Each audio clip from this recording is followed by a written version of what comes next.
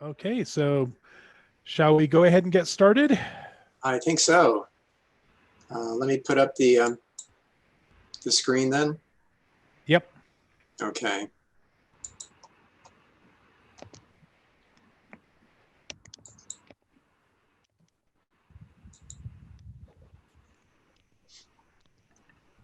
All right. Excellent. So let me make sure I've got the. That's great. When I'm in this mode, I don't have the chat available, but that's okay. Yep. I'll be monitoring the chat. Okay. All right. So welcome all to Project Planning and Management Workshop, the first of 3 sessions. Thank you for being here. Next session is going to be next Tuesday, and the 3rd section will be next Thursday. But this is being presented by Carl Benedict and myself. And let's see. There we go. Okay. Carl and I did something similar 2 years ago at the Tucson summer meeting. And it was, I'd say, a qualified success. And let's say we learned a lot from it. And when we talked about doing something similar this year, we decided to make, I think, some fundamental changes to it, including spreading it out so that there's time for people to interact. And we also introduced a different project planning software than we had last time, which we think is going to be a lot more intuitive to use. So the question is, why is project management important? Well, undoubtedly you are already involved in projects of some sort. It's also important and useful if you're either writing a proposal or are using it in a proposal. If you're responding to, let's say, a request for proposal or a grant solicitation. Once you get your grant or contract, it's important in terms of organizing what's going to be done and how it's going to be done. It's also important in terms of communicating with your team members, those who are involved as subcontractors, your senior management, your boss. And of course, one of the primary things is to be able to achieve the results that you said you would on time and within budget. And finally, project management involves leadership. And this is a great way to develop leadership because you're going to be leading a team, interacting with people at higher levels, interacting with people outside your organization possibly. And we certainly need more leaders in our scientific community. So we have 3 primary objectives for this workshop. The first is to provide a foundation in some project management concepts. The second is to provide instruction in the use of a free project management planning tool, in this case, Project Libra. And Carl is going to be talking about that primarily. I'll be talking about the concepts more than that.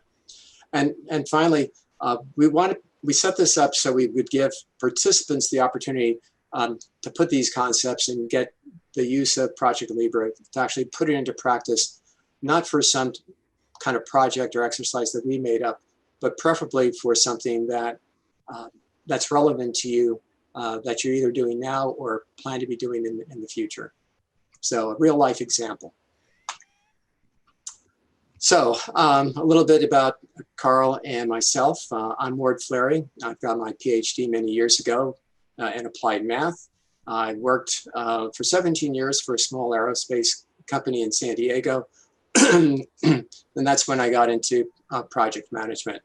I then went over to the San Diego Supercomputer Center to be project manager for a very well-known and established bioinformatics database, the Protein Data Bank.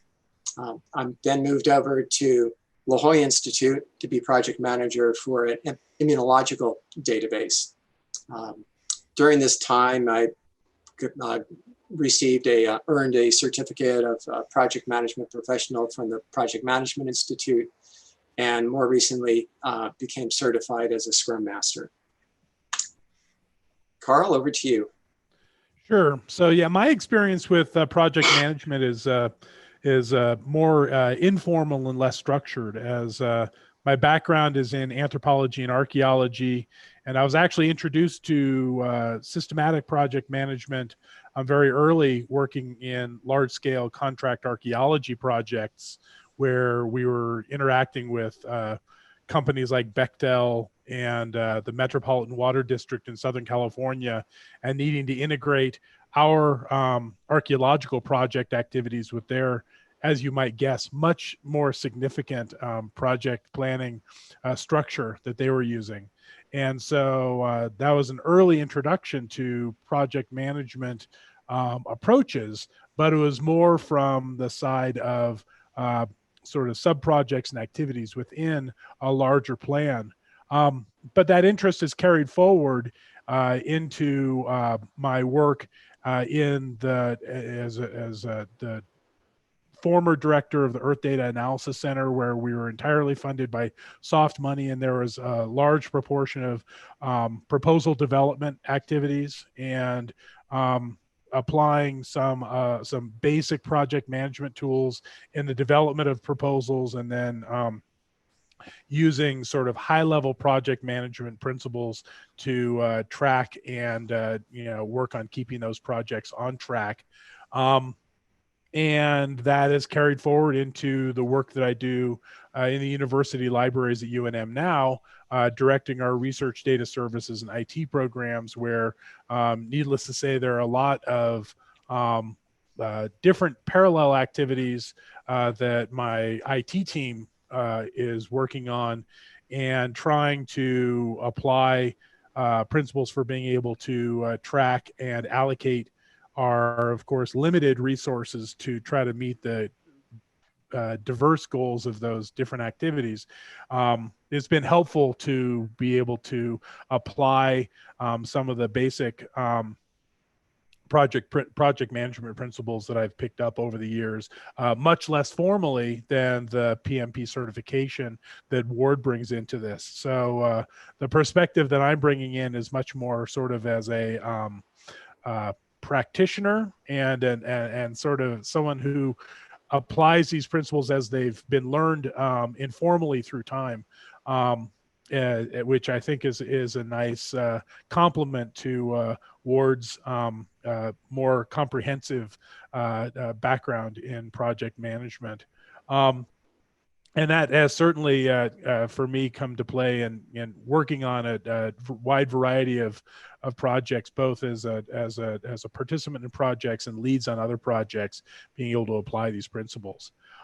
This is a good time, as we're introducing ourselves, for me to highlight in the Google Doc that's a part of the Kiko Chat session information. We do have a section where we're asking you if you could please just share some information about yourself, including what your interest is in project management. Since this session is taking place over multiple sessions, we would like to be able to look at the information you provide and be able to potentially adjust or tune up how we emphasize in the examples that we're using, and how we frame the concepts we're talking about, so that we can maximize the alignment with what your interests and needs are.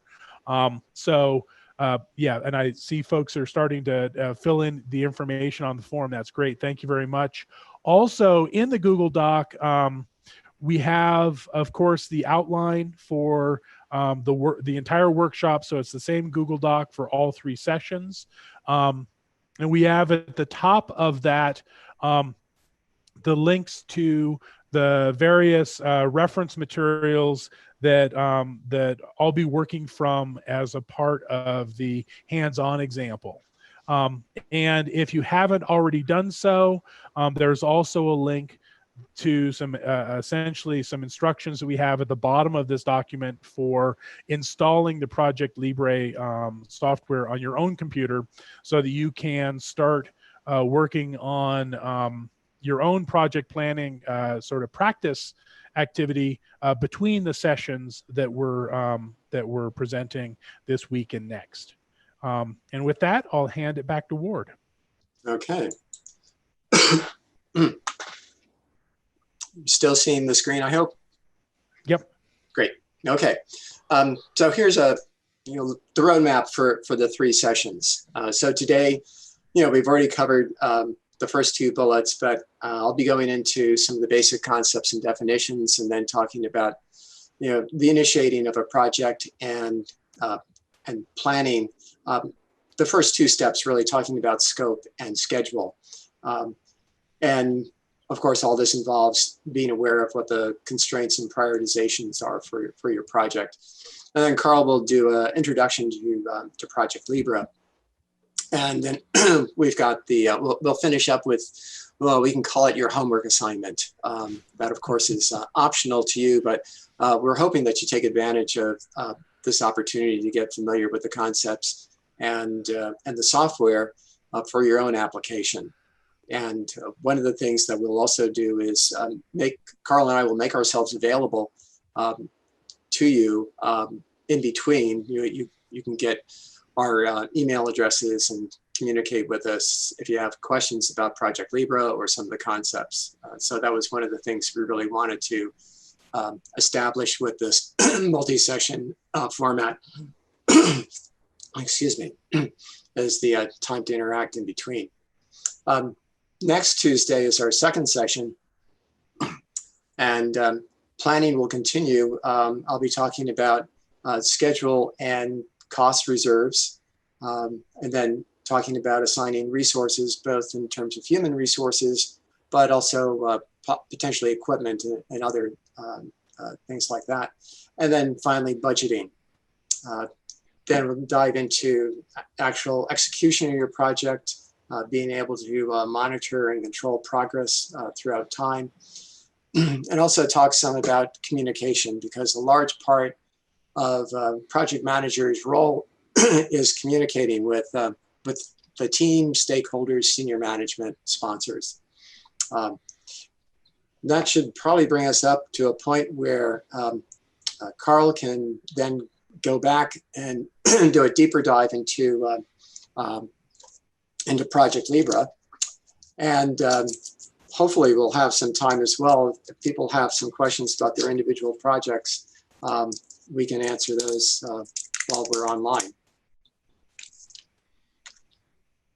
Then next Thursday, talk a little bit about the project cycle, actually closing out the project, how does it end, wrapping things up. And then some other topics of interest, procurement management and risk management. Then talk about the expectations of a project manager, and Carl will finish up with doing a bit more with Project Libra in terms of analysis and visualizations. And we've actually reserved a good amount of time to answer more questions that you might have on your individual projects. So let's start with the basics. What is a project? Well, Project Management Institute defines it as a temporary effort with a beginning and an end, and it creates a unique product or result. Okay, so this is distinct from a process, and a project may be, for example, designing a prototype for a car. A process is manufacturing the car. Manufacturing, that's an ongoing process. Building it, designing it is a unique process with a start and finish. You can also characterize a project as having a purpose and having multiple activities that are interrelated. You have projects in various fields. For example, in construction, building the Eiffel Tower, landing a man on the moon with Apollo 11, or the 10-year project to map the human genome. All examples of projects in different fields. So what does project success look like? Well, I think the picture on the left characterizes it pretty well. This is the control room at JPL when the Mars Curiosity rover safely landed on Mars. So what does it look like? Well, delivering the requirements of the project, within cost and on schedule, having happy customers, satisfied stakeholders, and just as importantly, having team members who feel good about what they've done, what they've accomplished, and are willing to work with each other and with you as a project manager again in the future, so they're not at each other's throats by the time things finish.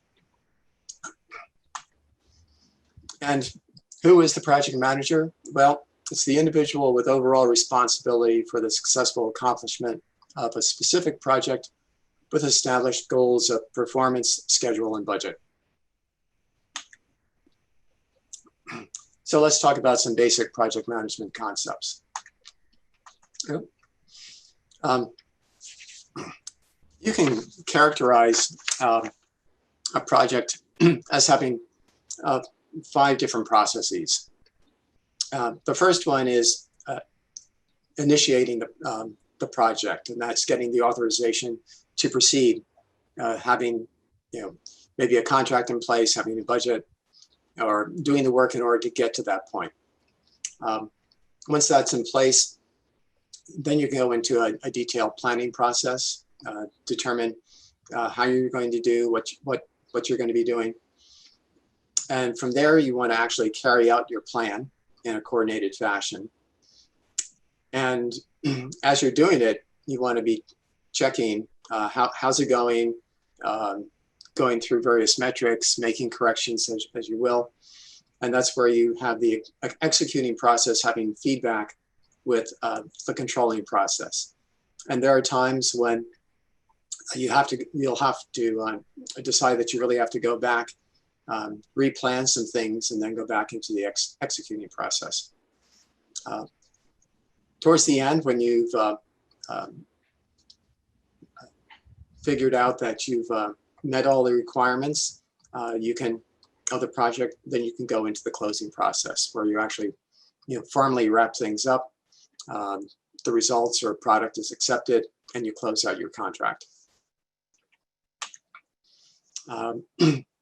You can represent these 5 different processes in a timeline, and this is more of a characterization. It's not necessarily exact. It differs with each project, but it gives you a feel for how these are not discrete processes, but they do overlap. You do a certain amount of planning during the initiation phase, planning phase process peaks early before the executing process does. You're doing monitoring and controlling throughout.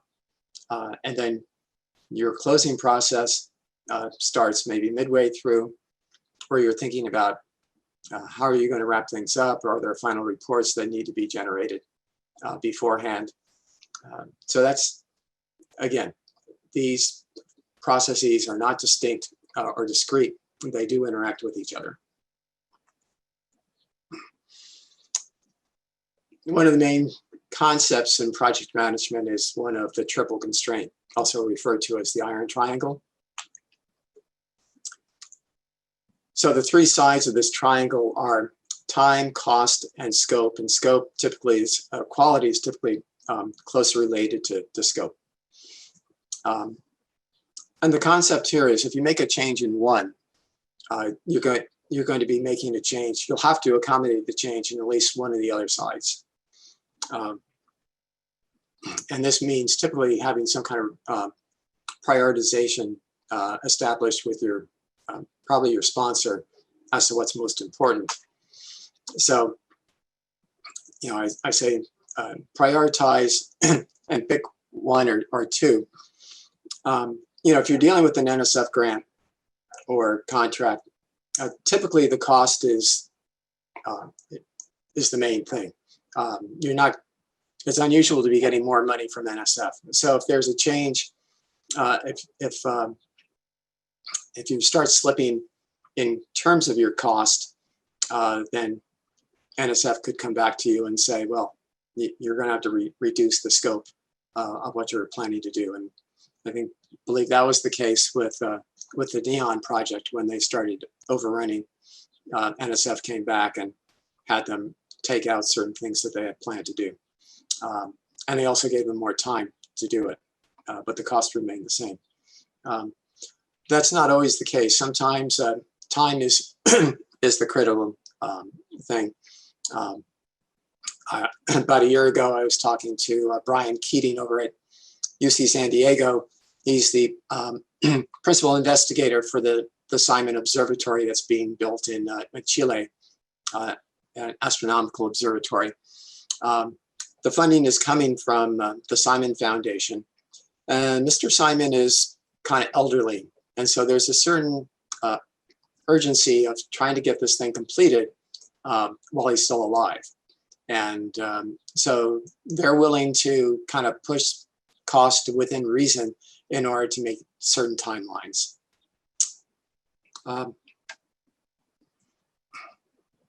Sometimes you hear the people say, well, we want to do it cheaper, faster, better.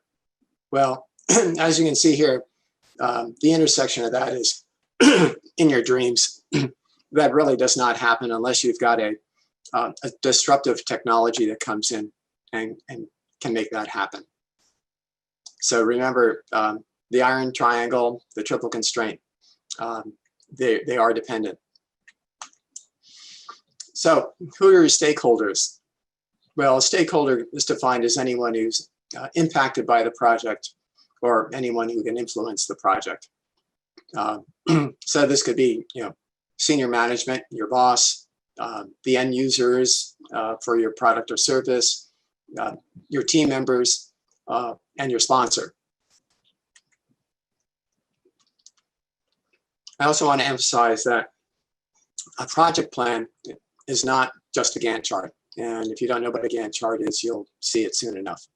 But that's a bar chart that basically shows timeline and tasks. Project plan should include what the scope statement is, what the work is that you're trying to accomplish, how you're going to break down that work into bite-sized pieces, if you were. What are the roles and responsibilities, your timeline, the people involved, the equipment involved, the budget. And I should also say that this project plan should be adjusted in detail as appropriate for the size of your project. If you're dealing with a project that's maybe 3 months long, you need to cover these things, but it doesn't need to be all that detailed.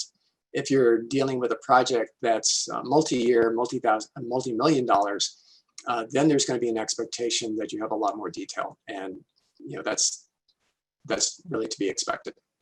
But again, you should scale the project plan according to the length and cost of your project and complexity. So let's talk about starting a project.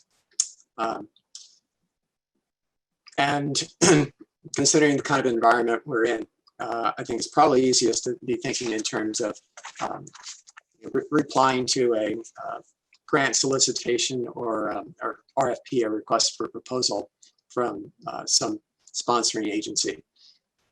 Well, just that alone kind of helps identify some of the stakeholders, like who's got the money. So you want to, if you're putting together a proposal, you have a number of these items already included in there. Typically there's in the solicitation, there's a statement of work, what the agency is looking to have accomplished, what are the goals and objectives. You oftentimes will specify key personnel that will be working on the project in your proposal. And very often if you have any sort of contract negotiations with the agency, you start to figure out what their priorities are in terms of scope, time, and budget. At some point, hopefully, your proposal has been accepted. You've been approved to start. You've got a budget, and then you can start going to the next step of planning, moving on to get the specifics of your approach. So with planning, the planning process, this is where you define the requirements, elaborate on the scope, identify what your tasks are, your milestones, what you're going to be delivering throughout the process, throughout the project, both in terms of product, services, progress reports, that sort of thing. Identify the dependencies within the various tasks and deliverables, assign the people involved with making this happen, and establishing your budget. So let's talk a bit about, in more detail, about requirements and scope. That is to know where you're going, what the goals, aims, and objectives are, and then how you're going to get there, picking a road to accomplish all of that. Now, I've been told that Dilbert can be a bit passé these days, but I couldn't resist this one, so I'll give you a few moments to look at this one.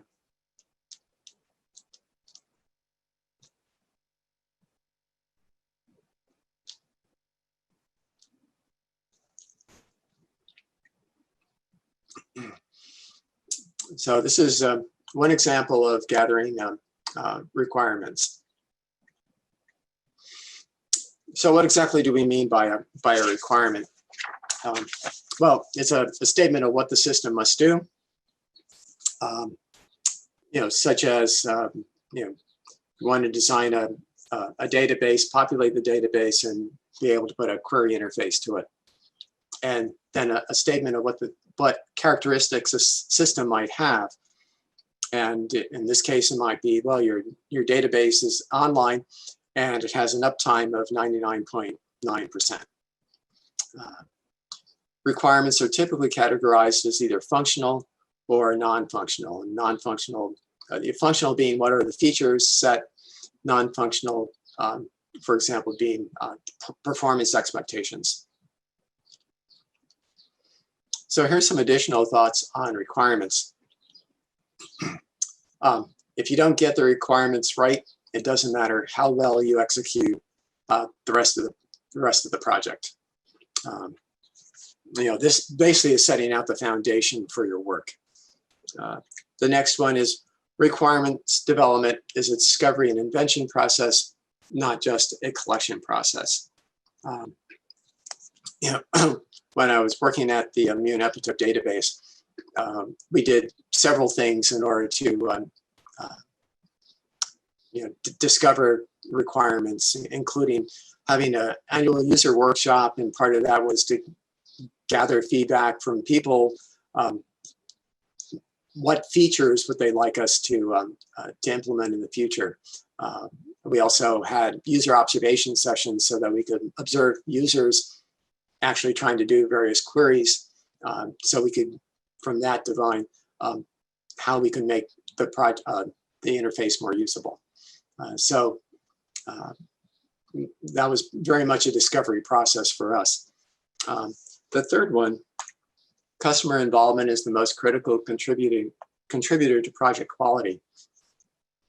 There's nothing worse than being given a bunch of requirements from a customer at the start. You go and you work hard and you deliver the product, you hand it off to them and have them say, well, you did what we told you we wanted, but this really isn't what we want.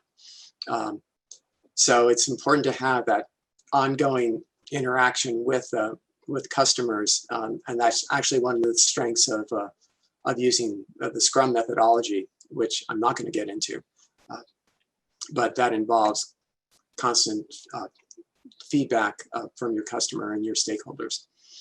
The first question regarding any new requirement is whether it's in scope, and I'll be talking about scope in just a moment.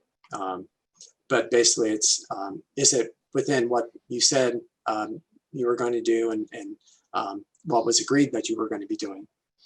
And then finally, even the best requirements document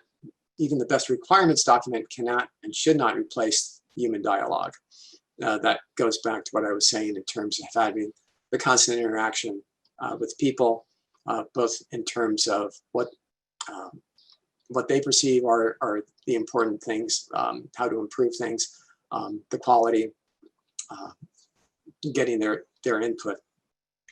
Yeah, and this is where I might add that, especially in the context of proposal development, um, we're often working in the context, as Ward mentioned earlier, of working within a target budget ceiling and needing to essentially align a set of activities that we would like to propose in response to a particular solicitation, and some high level project planning and preliminary estimation of level of effort to achieve a particular goal that you hope to include in a proposal is a really effective method for providing a level of comfort as you're developing a proposal that you can actually and realistically achieve all of the objectives, meet all the requirements that you lay out in the proposal. And this is also where, talking about the customer involvement in the case of responding to a funding solicitation, having that discussion with the program officer or responsible individual in the sponsoring organization to see if the requirements that you're defining as a part of your proposal development process actually do meet the expectations of the sponsor. And so this is an iterative process where some high level project planning activities and work to iterate on what you think you're going to do and what your estimates are, to achieve those objectives, fit in with even trying to develop what could be considered a feasible proposed activity, where you haven't necessarily gone into the weeds in the detailed specification of the project plan, but at least you've been able to demonstrate to yourself and be able to demonstrate to your sponsor and any reviewers that you've given sufficient thought that the resources and activities you're proposing actually are reasonably aligned and can realistically be accomplished. So there's the planning phase in developing a response to or a proposal, and then there's the actual execution where you may need to then fill in some of the more detailed blanks to actually support the execution of the project. Right. Let's see. Okay, so let's talk a little about a bit about scope. Really, two components to scope. There's the product scope, which defines the what you're trying to the service or the product, and this is very much function oriented. And then you can kind of wrapping around that is the project scope. That's the how. How are you going to accomplish or build the product or service? So this is very much work oriented. So combined is what we refer to as the scope. It's the sum of the products, services, and results to be provided as a project.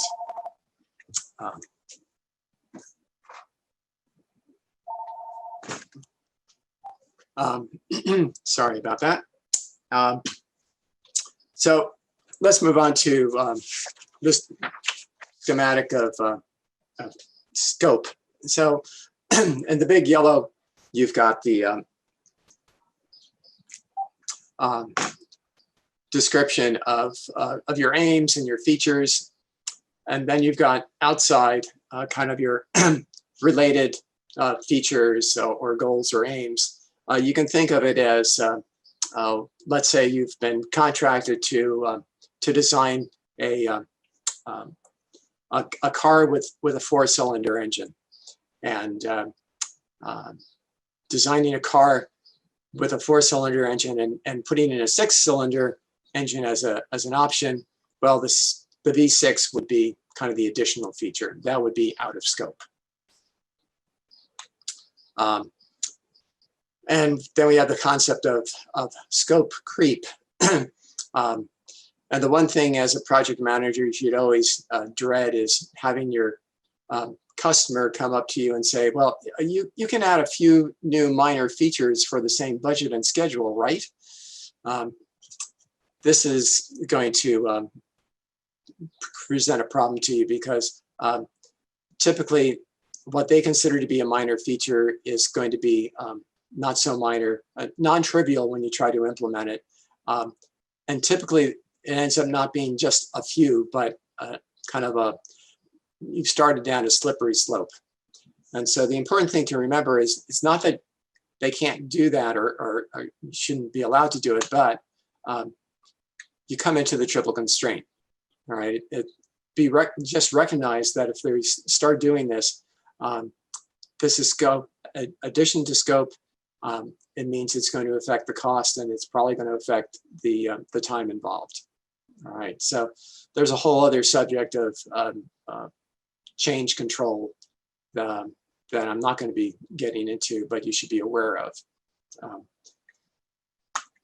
Kind of goes back to my Econ 101 class where the economics professor gave us the primary law of economics, which wasn't supply and demand. It was there's no such thing as a free lunch. So obviously I've carried that with me for quite some time. Let's talk about work breakdown structure. So in order to accomplish your work, it's you really want to take a divide and conquer approach. And the work breakdown structure is a way of doing that. It's a hierarchical grouping of various project components, and I'll show you an example in a moment. But it's oriented towards deliveries, what you're trying to accomplish in terms of your product or service. And it should basically represent all the work that's going to be performed on the project. You know, if it's not in your work breakdown structure, you shouldn't be doing it. It makes your whole project more manageable because you've basically put it in more bite-sized pieces. And you decompose things progressively until you get to smaller and smaller pieces, such as where your task can be estimated for costs, resources, and time. And for IT-related projects, this is typically, it's recommended that you look to get these in tasks or subtasks defined in like 2 to 4 week time increments. It's also preferable if you can have this created by the team, by the people who are actually going to be doing the work, because this promotes buy-in and ownership by your team members. So here's a simple example of building or remodeling a kitchen. And you can see that, you know, the first level is, you know, you've got the floor, ceiling, your cabinetry units and walls. And below that, you've got worktop, carcasses, and doors. And if you're wondering why there are dead animals in your kitchen, it's the fact that carcass is actually the frame of a cabinet. And so it's a cabinet without the doors and without the worktop, okay? And here they've expanded for the worktop to be including, you know, timber, fixing seals, and sink, and then the sink, they've gone down to, you know, the sink top, the taps, and the plumbing. So as you can see, it's hierarchical. It can be graphical. There's a way of doing it in Project Libre in terms of assigning project or WBS identifiers. So this is a way of breaking down the work into sizable chunks, into doable chunks. Here are a few other thoughts about the scope. As I said, the work breakdown structure does help facilitate team communication, especially if they've been involved in putting it together. It also helps in terms of doing a bottom-up estimation in terms of time and cost. And if you have an especially large project, at some point it really is helpful to have a WBS dictionary. I mean, you can do this regardless of the size, but the bigger the project is, having these little boxes that are kind of terse in their titles, at some point you start losing what they actually meant when you put it together. So it's nice having this dictionary. It's got a description of what the task is. Maybe it shows dependencies with other tasks. But it's a good way, especially if someone comes in new to your project, to be able to show them this, show them the work breakdown structure, show them the dictionary, so they can get a better idea of what the project's about and how it's been structured.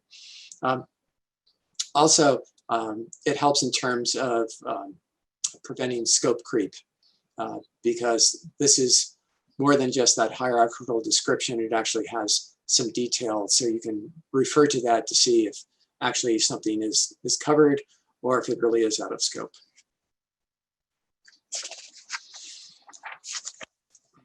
So the next step is to actually build your project. Well, one of the things you really want to do is, up front, is to estimate the labor hours for each activity, because this is going to be one of your major cost drivers, especially in the kind of work that we do, where I think most of it is in labor and not so much in equipment. You want to incorporate the various calendar constraints, holidays for your organization. You may have a project where people are working off hours. Maybe they're working on weekends for a reason, or maybe they're working a 4-day week. So you want to be able to incorporate that, take into account vacations. Also, what are the dependencies? Some tasks have to logically follow other tasks, and I'll be talking about that in a little bit more in just a moment. And finally, you want to incorporate resource and budget constraints. You might want to have Bob working on your project, but Bob isn't available until 2 months after the project starts. If you really want Bob, you need to somehow make accommodations for that. There can also be budget constraints. Let's say you've got a 2-year project, and you decide that, wow, you really could do all the work in the first 8 months, but you're not going to get funding to finish it until, let's say, January the following year. So you have to take into consideration what your funding profile is from your sponsor. So you've got your resource and your budget constraints involved here. And also back to Bob, a constraint that many of us find ourselves working in is we're working on multiple projects and collaborative projects where we only have access to a part of the available effort, or the available effort for an individual participating in the project may be relatively small as a part of their portfolio of multiple projects and activities that they're participating in. So we can't expect to get more than 10% of Bob on any given day, week, month, or year. And but Bob may be a critical resource for getting our work done. So being able to build into our project plan that that slice of a resource through time is also a common and important capability that we want to be able to have as a part of our planning and scheduling process. Right. And that actually is a good lead into the next part of estimating your level of effort. And I want to draw the distinction here between effort and duration. The effort is the number of labor days or hours, whatever units you're using, in the relevant labor categories. Okay, so let's say and duration, you can look at it as the number of business days. So using Carl's example, we need 100 hours of Bob, but Bob is only available 50% of the time. So we can't schedule on a calendar basis, 100 divided by 8. So 12 and a half days, calendar days. It's really going to end up being 25 calendar days or business days if we're going to have Bob doing it and he's only available 50% of the time. So the effort is really what drives your cost estimation, because that's 100. Either way, no matter how you slice it, it's 100 hours of Bob's time. So there's the distinction between effort and task duration. You want to be able to estimate the labor hours for each activity as broken down in your work breakdown structure. You also need to take into account the skill and experience of the people involved. You know, even if you can initially specify a name, but you know that for this task, I need a junior programmer, and for this other task, I need a senior programmer. You know, you typically put down those categories, and you have an estimate for how much those categories cost. And then once you get deeper into it, then you start assigning, you know, you'll put Bob in because Bob is the guy you actually want to have working on it. And again, being able to solicit input from your team members, because they're the ones who are going to be stuck doing all this work. So having more of a bottoms up approach is very helpful as opposed to a top-down approach. And that leads to my next part here is there are 4 basic ways of or types of estimation. One is the expert judgment, where you've got someone who has a lot of experience, a lot of historical knowledge. They can take a look at what you're trying to accomplish and the people involved and say, all right, well, I think, you know, this is going to take you 18 months and it's going to cost you X number of dollars. And then you've got analogous estimation and like expert, that's kind of a top-down approach. But within your organization, you know, they can go, well, we worked on a similar project last year and it took 8 months and X number of dollars. This project looks like it's about 50% bigger. So we figure it's going to take 12 months and you know, 1.5x. Then there's parametric estimation. This is where you want to have 200 feet of fence built, and you get some estimates, and someone says, well, I know that it's going to take me 1 week to build 100 feet of fencing, and you want 200 feet, so it's going to take 2 weeks. So things can scale pretty much in a linear fashion. And then the fourth one that I want to introduce here is a 3-point estimation.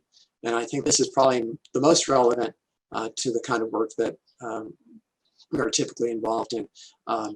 And this is, it approximates a beta distribution. And it's sometimes, it's often referred to as a PERT estimate. And this is how it works. It's a, you come up with 3 estimates. Your best case scenario, which is your optimistic estimate, your pessimistic or worst case scenario time estimate, and then what you think is probably the most likely. And then the PERT is this formula of your optimistic plus your pessimistic plus 4 times your most likely. You sum that up and you divide it by 6. And so this takes into account some of the variability or uncertainty that you have in your estimate. But it also is, I think, a very helpful process because it gets you thinking in terms of these 3 different categories. The fact is, in my experience, people are terrible at estimating how long it's going to take them to do something. And when you're faced with this exercise, I think most people come up with something that's overly optimistic. And so this helps, I think, to mediate some of their optimism. You know, it's when you ask someone, well, if a bunch of things go wrong, you know, that's your worst case scenario. How long is it actually going to be taking? You know, and here's, instead of being, well, 10 hours, it's going to be 25 hours. So I think this is a useful exercise, and it's especially effective for research and development type projects. And there's also an estimation or approximation for standard deviation, which is the pessimistic minus the optimistic time estimates, and divide that by 6. So yeah, the standard deviation gives you an idea of what your level of uncertainty is in your estimates. So let's talk about Gantt charts or bar charts. So on the left, you have a picture of Henry Gantt, the man who developed this the bar chart, and for whom it's named. It's a graphic display of schedule-related information, and it may or may not show task relationships and dependencies. The fact is, you can generate a Gantt chart using Excel. You can do it in Visio, but the more sophisticated project management or scheduling software they do enable you to show dependencies between tasks, and that's certainly the case in Project Libra. It's certainly the case with other things like Microsoft Project or Primavera.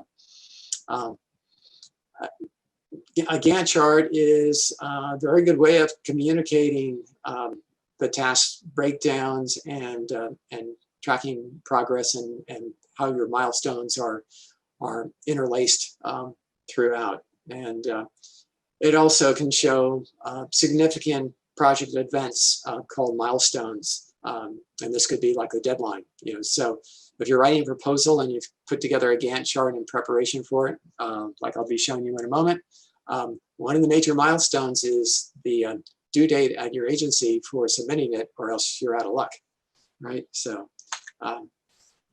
this actually is a pretty simple Gantt chart that I put together in preparing a proposal for a renewal to NIH for the Immune Epitope Database program. And you can see at the top, it's the date that the request for proposal was released, some time for reviewing it, and then going into developing a first draft over a course of several weeks, and then having it going through a review process, and then finalizing the proposal, sending it electronically in order to make the due date of February 16th, 2018.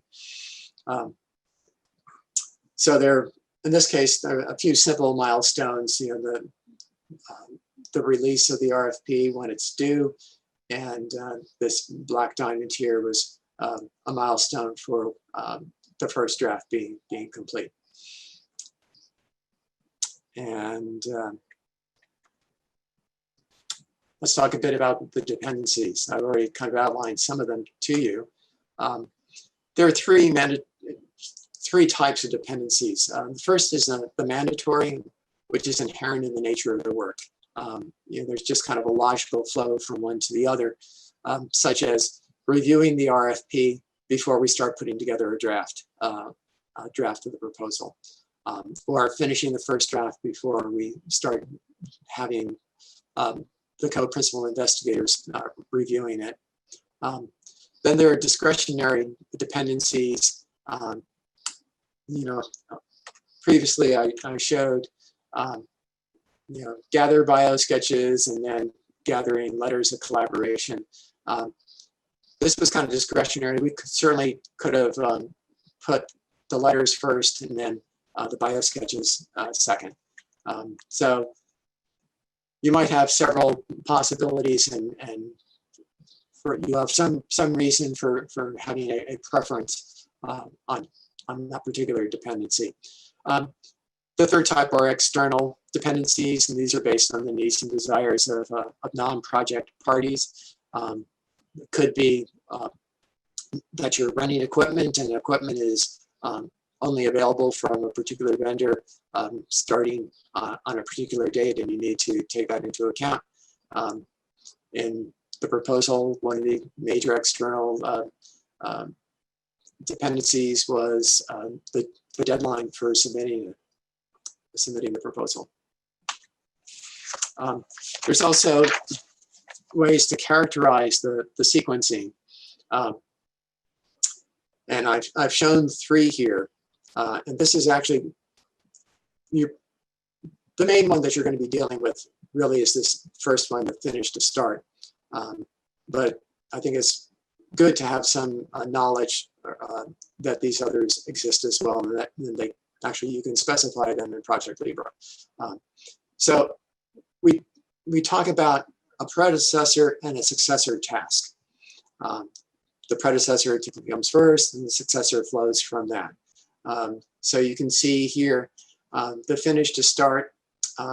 You have to finish task A before you can start task B.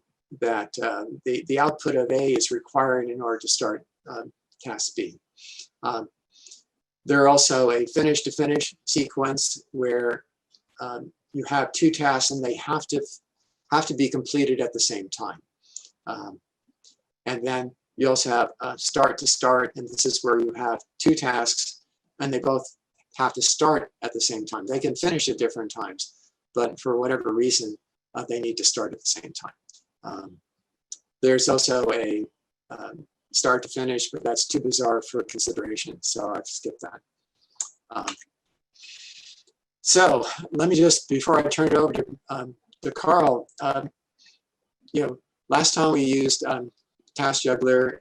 This time, after looking around at different options, looked like Project Libre was a really good option for us to use this time. It's been built to be a standalone replacement for Microsoft Project, which is one of the standards in terms of project management software. But Microsoft Project costs $600, retail from Microsoft, and that's for kind of the simplest version. It goes up from there, and it only runs on Windows operating systems. Project Libre runs on Windows, Macs, Linux, and BSD operating systems. So it seemed to be a really good choice for that as well. And the other key thing is it's free. You can download it from SourceForge, and Carl's has included directions on how to download and get it up and running in the Google Doc that's you can access. That many of you have already looked at. So with that, let me transfer over to Carl. Great, thank you. And yeah, this would be a good opportunity to, if you have installed Project Libre, you can go ahead and start it up, because what I'm going to do is walk through just an introduction to the Project Libre interface, the parts of the interface, and then start the process of defining some tasks. And basically, over the coming sessions, we're going to ultimately end up. Let me see if I can hide some things here. We'll end up with something that vaguely resembles, through the example that I'm going to run through, this project plan that includes the definition of tasks and subtasks, the definition of the sequencing and dependencies between those tasks, and the assignment of resources, definition and assignment of resources to those tasks, to allow for a very rough estimation of potentially cost and levels of effort for the different resources that we are bringing into the project. But even this the task plan that you're hopefully seeing on the right side of my screen is really only a preliminary iteration on what is absolutely an iterative process of developing an initial plan, and then looking carefully at that plan and figuring out how well it actually matches our expectations and our resources and our needs. So we'll talk more about that in our third session, as we've had an opportunity to actually start essentially establishing the components of our plan, so that we can then start to look at the plan critically and see whether or not it's actually going to meet a set of requirements. In this case, the example that I'm going to be using is it's largely based on a currently funded project that that we have to enhance the ESIP data management training clearinghouse. So we're 2 years into a 3-year funded project from the Institute of Museum and Library Services. And the initial project plan for that proposal and for the project, and that gave us our initial project timeline, was at that point developed in Task Juggler, now probably 2.5 years ago, when the project proposal was developed. What I've done is I've taken components of that project plan and re-implemented it in Project Libre as a way to illustrate the process of building a project plan in Project Libre. I want to highlight back in the Google Doc for the session. Let me make this hopefully a little bit more legible. We have links. Let me see if I can. Well, at the top of the Google Doc, there are links in the resources section that have some reference documents that we'll be using at different points in our process of working with Project Libre. The first is a task list PDF file. So this is an output from Project Libre that in this case will provide just the sort of first stage that we'll be working on today in terms of defining our list of tasks. There is then also the corresponding snapshot of the Project Libre, corresponding Project Libre project file that you can download and work with in your copy of Project Libre if you want to work from the same content that I'm working from. There is also a PDF file that illustrates the tasks as they've then been sequenced using essentially the dependencies that Ward was talking about a few minutes ago. And so this is an illustration of the next stage in the process that we're going to go through in working with Project Libre in terms of developing a task sequence. And finally, the last link in this section is a Project Libre project file that is this one that I'm showing here, that includes the definitions and assignments of resources to the various tasks that have been developed as a part of the project. So this is the third, the item E in the list here is the third step in the process that we're going to go through over through the end of this session and over the next 2 sessions to provide some experience with this process of defining tasks, defining an initial sequencing and set of dependencies for those tasks, and assigning resources to those tasks so that you can then take into account the availability and costs associated with those resources so that you can have a more comprehensive view of the state of your plan as you're developing it. Understanding that that's especially at the stage that we have this project in, that's a starting point for then being able to assess and revise and iterate over that plan in preparation, for example, for using it as the foundation for a proposal that's being developed and submitted for a project, or a newly funded project for which you want to develop a baseline plan against which you can measure progress of that project towards the set of objectives. So with that having been said, I wanted to start out with just a tour of the Project Libre interface so that you can have an understanding of where the components in the interface are for being able to accomplish a variety of tasks.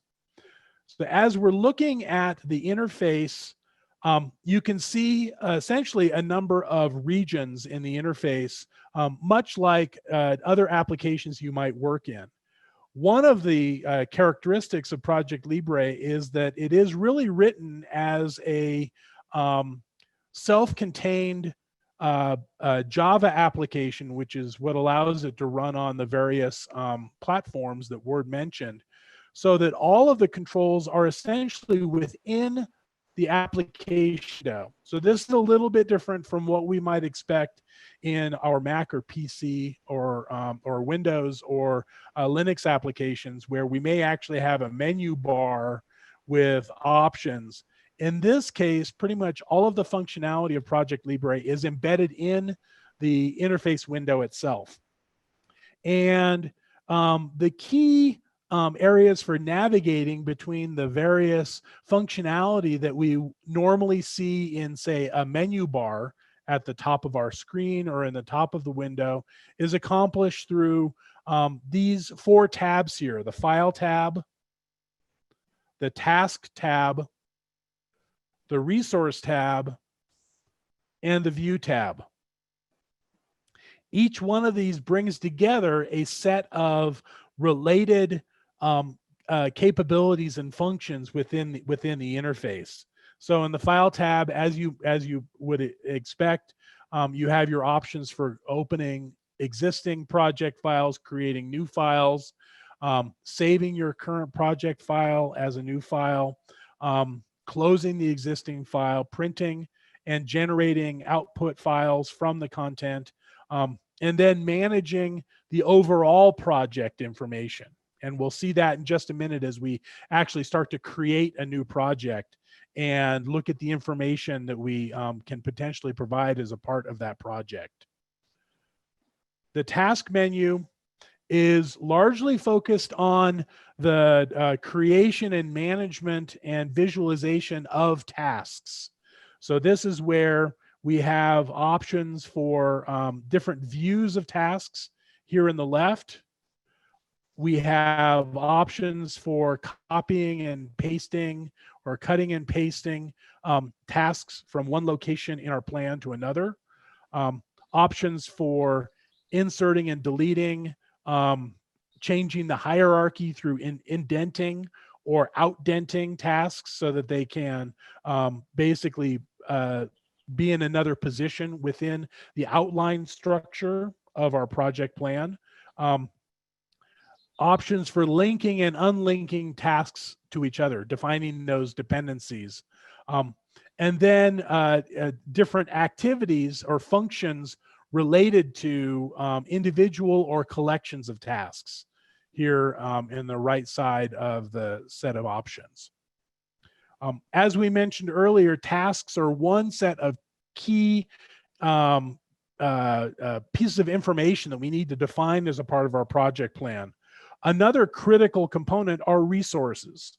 And so the Resources tab provides our options for creating and managing resources as a part of our project. So the first gives us a variety of views of information about the resources that we have defined for our project. Again, some clipboard and resource management options for inserting and deleting individual resources, creating a hierarchy of resources, and managing information and defining information about the resources in this Resources tab. And we're going to actually work in all of these areas as we go through the process of creating our project plan over the coming sessions. The View tab provides sort of a master collection of different views of the content of our project plan, where we have a collection of the task-oriented views here on the left. We have the collection of resource views here to the right of the task views. We do have some other views as well in terms of reports or collections, our collection of projects, as you can actually have multiple projects that you're managing within Project Libre. And then also you have options for adding subviews, which are essentially some additional information that you can view in conjunction with either the resources or task views. So you can drill down for additional information. And we'll see some examples of those as well. And finally, you do have options for filtering the items that are included in the current view so that you can focus your attention on those particular subsets.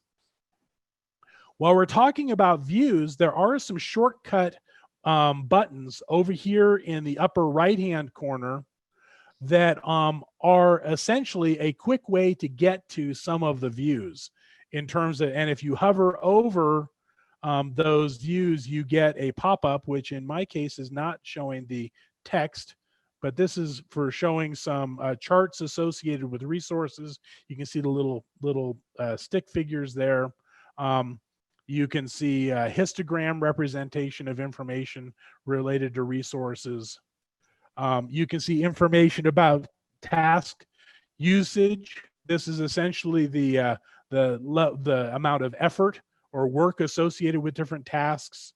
And if I hover over this one, this is a shortcut to a visualization of resource usage. And then this button here actually hides any it hides any sub window, these additional chart windows that may be available. The other thing that I want to highlight is access to help, because as you may have gathered from Ward's conceptual introduction, there are a lot of concepts in project planning, and there are a lot of capabilities that are embedded in the Project Libre application for being able to define a project that can start out very simply, but can potentially become more complex and more highly structured through time as you iterate over its development. The online help is available through this last icon here on the far right in the upper right corner, and that's going to open up the access denied page, because and you encountered this when you also if you tried to download the Project Libre code, you need to log in with an account that you've created with Project Libre to access the online documentation and to be able to install the software. So once I log in,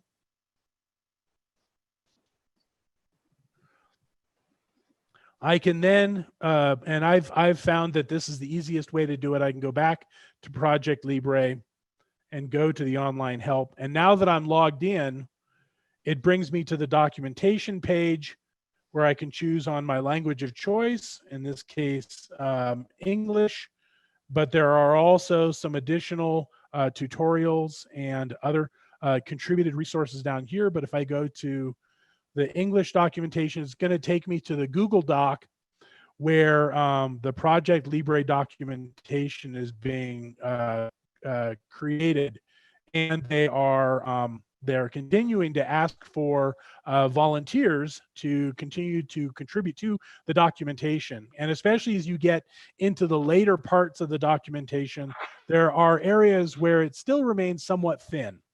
And this is the reality of a community developed application, in that there seems to always be more work to be done when it comes to especially developing the documentation.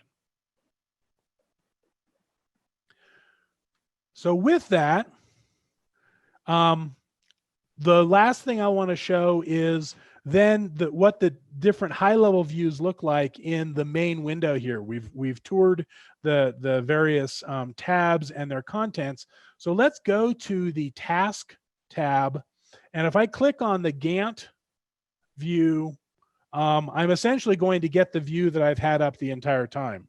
This is the basic Gantt chart for the project as I've developed it for use in this demonstration. But there are other views of this project plan: the network view, the work breakdown structure view, and the task usage view that are available in the main window. And so the main window is where you can essentially see the more comprehensive information. And if I go to the view window, let me go back to my Gantt chart. If I go to the view window, I can choose one of the subviews. So I could, for example, choose a resource usage, and it's going to show the resource usage subwindow. And this is basically where you can see more detailed information. The resource usage information is not actually showing anything until I click on a particular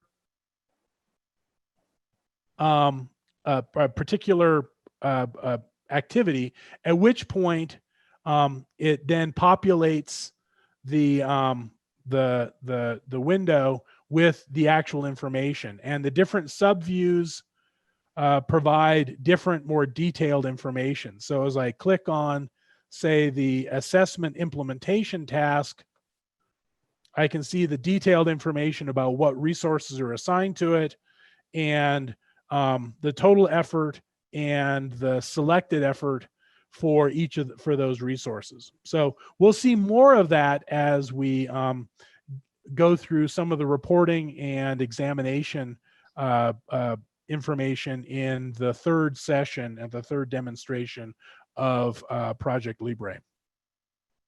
So what I'd like to do now is actually close this endpoint document, and I don't want to change my or save my changes. And what I'm going to do is open up a new project, a new empty project.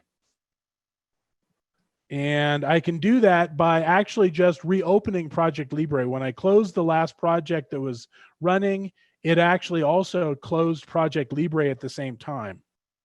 So I can go on my Mac, I can just go to the Finder, and you would have a similar process going to the Start menu on Windows, and I can just open up Project Libre.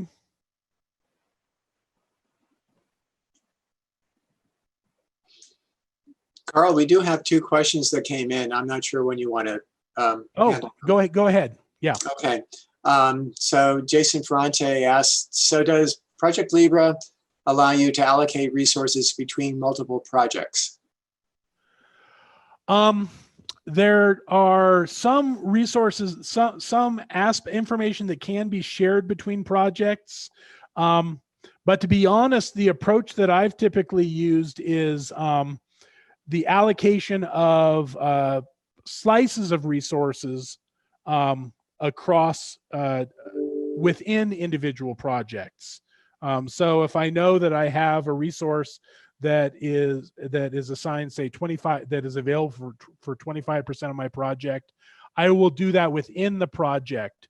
One thing you can do is create a master view that includes multiple projects, and then you can focus in on individual projects within that master plan. But to be honest, I haven't really experimented with trying to integrate multiple projects within a sort of consolidated view in Project Libre. In my previous work with Task Juggler, that was also one of the areas where there are a variety of strategies you can use, and the one that I ultimately ended up adopting was one of keeping my projects somewhat separate, and then managing essentially my resource allocations within each project to reflect the pieces that we have, the slices of resource that we have access to across multiple projects. Right. And Jason was referring particularly to personnel time, so I think you've addressed that. And then we have one, let's see, have you played or, yeah, Carl, so have you done anything with the cloud version of Project Libre? No. And as they've been preparing especially over the past few months to release the cloud version, I was sort of waiting until there was some, I don't know, maybe greater release time and experience with it. As I've been, just going through the process of working with the basics of Project Libre as the desktop applications. And no, I haven't worked with the cloud version at all. Okay, great. Thank you. So here, I've opened up Project Libre, and by default, it opens into essentially a new blank project with some tips at the beginning. And so you can view the clips or view the tips. You can scroll through them if you want to see some more, or in this case, I'll uncheck the box so I don't show the tips every time I start Project Libre. And then we're asked if we want to create a project or open a project. In this case, I'm going to create a project. And we're going to just call this ESIP demo. I'll make myself the manager.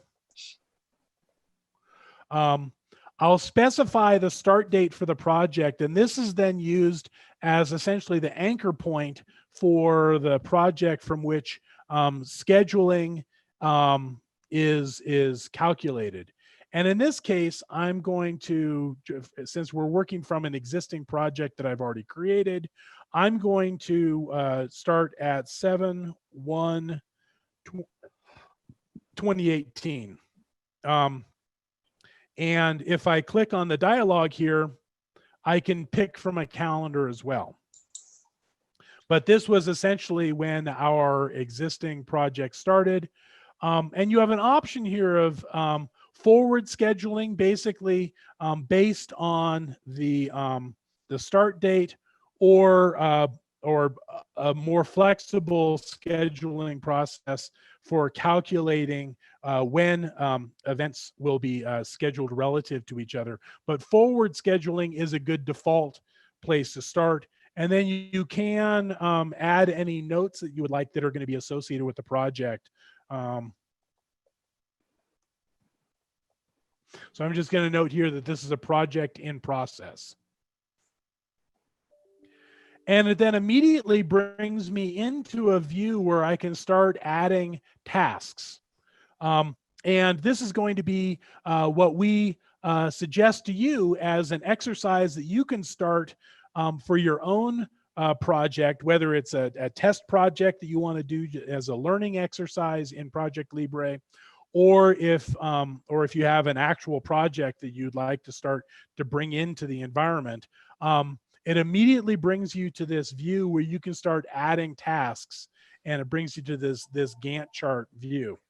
In the interface, there are default columns that are visible on the left part of the Gantt chart. And if I change the size of my panes here, we can see that there's a space where I can enter the name, duration, start and finish dates, and then additional information about dependencies that we'll be talking about in our next sessions, and information about assigned resources.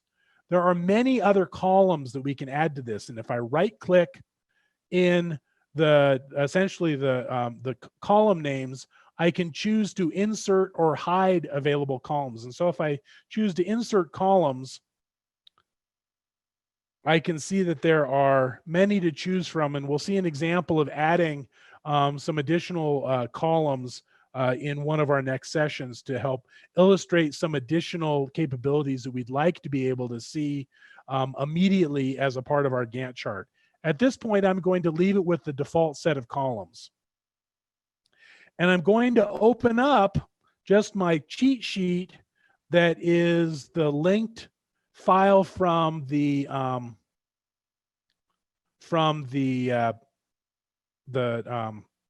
Google Doc in our Kiko chat.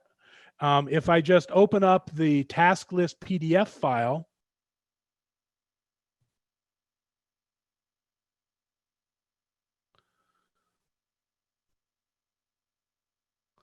slowly it comes up, I can start adding tasks to my project. And if I scroll over, there are a couple of different ways we can add tasks. We can add tasks just directly in each row here. So I can create an initial task called milestones. And I'm gonna say 0D for 0 days. And this is a quick way to just define durations for tasks before you have assigned any resources or more detailed information, so that you can essentially get a bar of some length that you might use for very high level planning. And as I'm creating a milestone here, or a collection of milestones, I will leave the start and finish dates unmodified, and you'll see it's already calculated the start and finish based on the start date that I had assigned to the project. In this case, based on the first business day in the default calendar, and we'll talk about calendars more when we discuss resources, but the default calendar is basically 8 to 5, Monday through Friday, as sort of a standard business structure. So now we will add an additional milestone, and we'll call it 200 resources in Clearinghouse. And as this is a milestone, I'm also going to give it a 0-day duration. And you'll see that if I give something a 0-day duration, it automatically shows up as a diamond in the Gantt chart, which is the representation of a milestone. But we want to collect this as essentially a subtask under our collection of milestones. So if I click on the row, I can right click on it and say indent. And that's then going to make it a child of my milestones collection. So it's now going to be a part of that collection. And I could go through and continue adding additional milestones within this. And if I just add another one here of 2 additional disciplines in DMTC, you'll see that it automatically had indented that.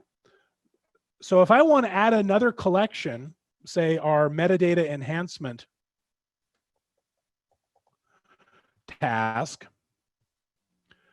I need to, in this case, outdent that, because that's going to ultimately be another collection of activities. And then I can create within that another task, planning. And just as I did for milestones, I want to indent this within metadata enhancement, and then subsequent tasks I can then add, or will be properly indented. There's another way to add more detailed information about tasks, and that's by just double clicking on the row. And this brings up a dialog where you can get much more detailed information, more than is displayed in the default columns, in terms of the name, estimated duration, the level of the amount of work assigned to that, start and end dates, information about sequencing that we'll discuss in our next session, in terms of predecessors and successors. Those both relate to establishing those start to finish or finish to start relationships. The resources that are assigned to our tasks, and a set of advanced options for assigning additional constraints that we will cover in more detail in our next session. And then also for creating notes. So this is essentially the master control panel for being able to define all the detailed information about all of our tasks. And with the ability to do some high level and quick creation of tasks within the interface here, but then being able to dive in more deeply for any of these tasks. So if I click on this milestone, it as a 0 duration, it already is displaying it visibly as a milestone, but I can explicitly, for example, in the advanced tab, tell it to display the task as a milestone, even as potentially the duration might accidentally be changed. But we can go through and iteratively add more detail, progressively add more detail to each of our tasks as we go through the process of creating. You might think of it as the outline for your project. What are the initial high-level collection of tasks? And then how do you want to create subtasks or activities within those collections? And then depending on the amount of detail you need for your particular project, you can have subtasks, subtasks, etc., to meet your particular needs. And with that, what I'll suggest is that, again, as the activity, which is referenced in our, let's see, here we go, in the Google Doc in our space that will continue to be accessible as we have in, let me expand the information here. There is the practice and homework session in the Google Doc. And this is where what we're suggesting, if you want to practice on your own between this week's session and next week's, to select a project of your own or choose one of our examples and go through the process for this project of identifying the stakeholders, the goals and objectives, some of the assumptions and constraints, and then develop that initial high-level Gantt chart in which you're at least creating the initial tasks. And then with our demonstration and how to sequence those tasks in the next session, you'll be able to iterate on that and expand that so that it represents the sequence of activities. And we'll work on sequencing, and depending on how quickly we can get through it, start working on the definition and allocation of resources in our session next Tuesday. So with that, the last thing I would suggest, there is also a feedback section in the Google Doc where if you could, this is just allowing us to basically further refine the workshop as we're presenting it, essentially. If you could please provide us some feedback on today's session in terms of something that you learned and or that went well, and something that we can improve on so that we can continuously improve what we're doing now for our next 2 workshops. And you can just type that information into the session feedback, and then we'll review that and build that into our execution of the next 2 workshops. With that, I might hand it back to Ward for any final remarks before we finish up. Yeah, no, thanks, Carl. I mean, if nothing else, if you can just download Project Libre and play with it, get some familiarity with it, I think that would be really helpful. So if you can at least do that, it's like any application. There's a lot of bells and whistles, various views, as Carl's already explained to you. So that would be helpful. Also, Carl, if you can go up on the Google Doc to the resources. Yep. I just added one.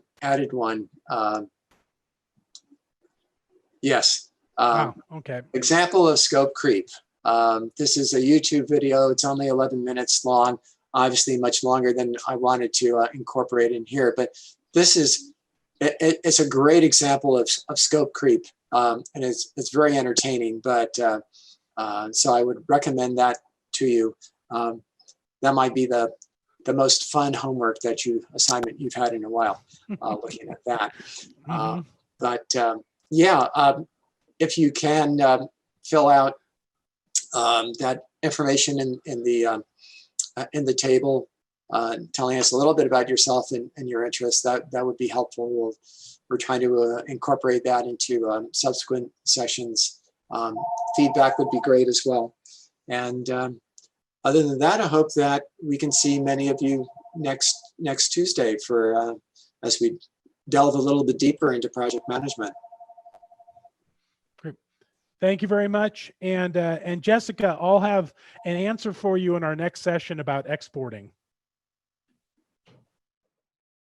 Well, it's about 3 after, so Ward, what do you think? Shall we go ahead and kick this off? Yeah, let's do that. Let me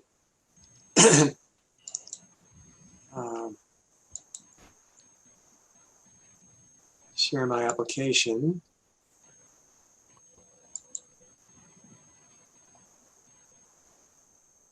And go into presenter mode.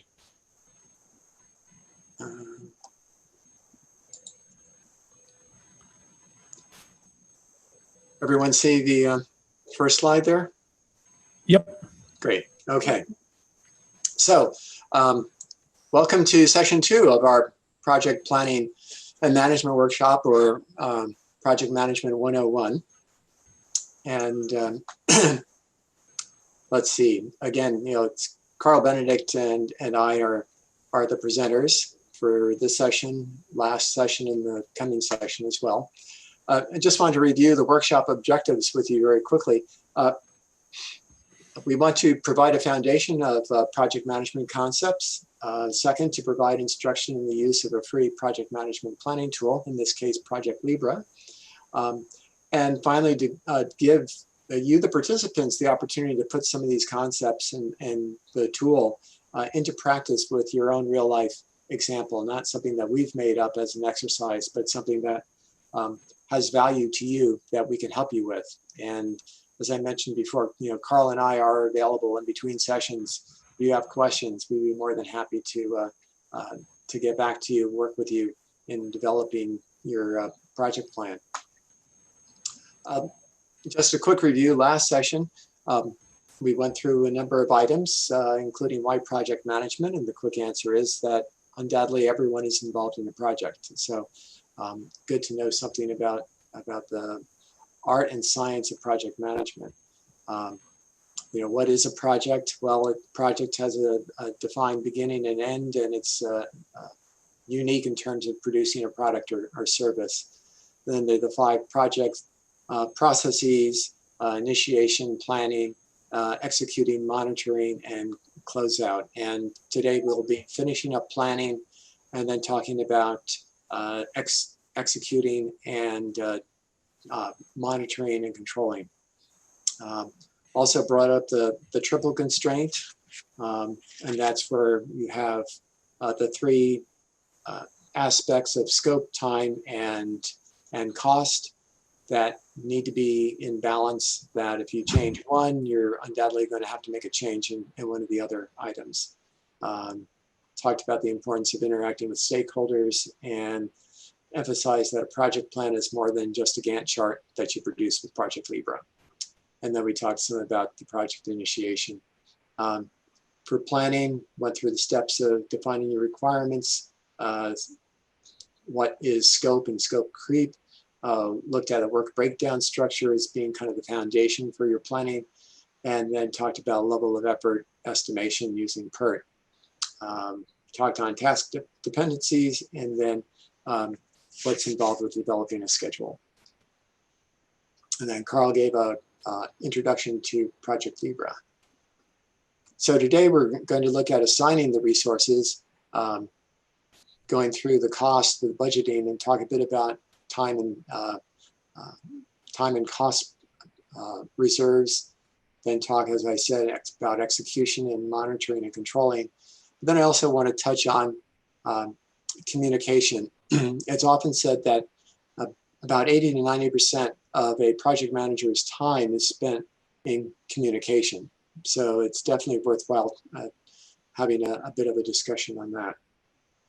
And then Carl will be, again, going deeper into Project Libra and its many features. And time permitting, we'll have some time for question and answers with people with their own individual projects. So the next step after you have your scope and schedule, what you're trying to do and the timeline for doing it, you put together your budget. So I wanted to touch on two types of costs that are really fundamental in putting together a budget, and that's fixed costs and variable costs. Fixed costs, something that's constant throughout the life of your project. And this is, if you're purchasing equipment, that's one example. Travel is another, typically in there. Your variable costs are ones that vary over the life of the contract. This is mostly labor, I think, for most people. But it can also be rental expenses. If you're renting facilities or renting equipment, that can vary over time. Another consideration here is direct versus indirect costs. Direct costs are those that you can charge to your grantor of contract directly. Again, labor is in that, travel is in that. And depending on your organization, it might also include benefits, vacation time, and sick time. That certainly was the case when I was working at UC San Diego and at La Jolla Institute.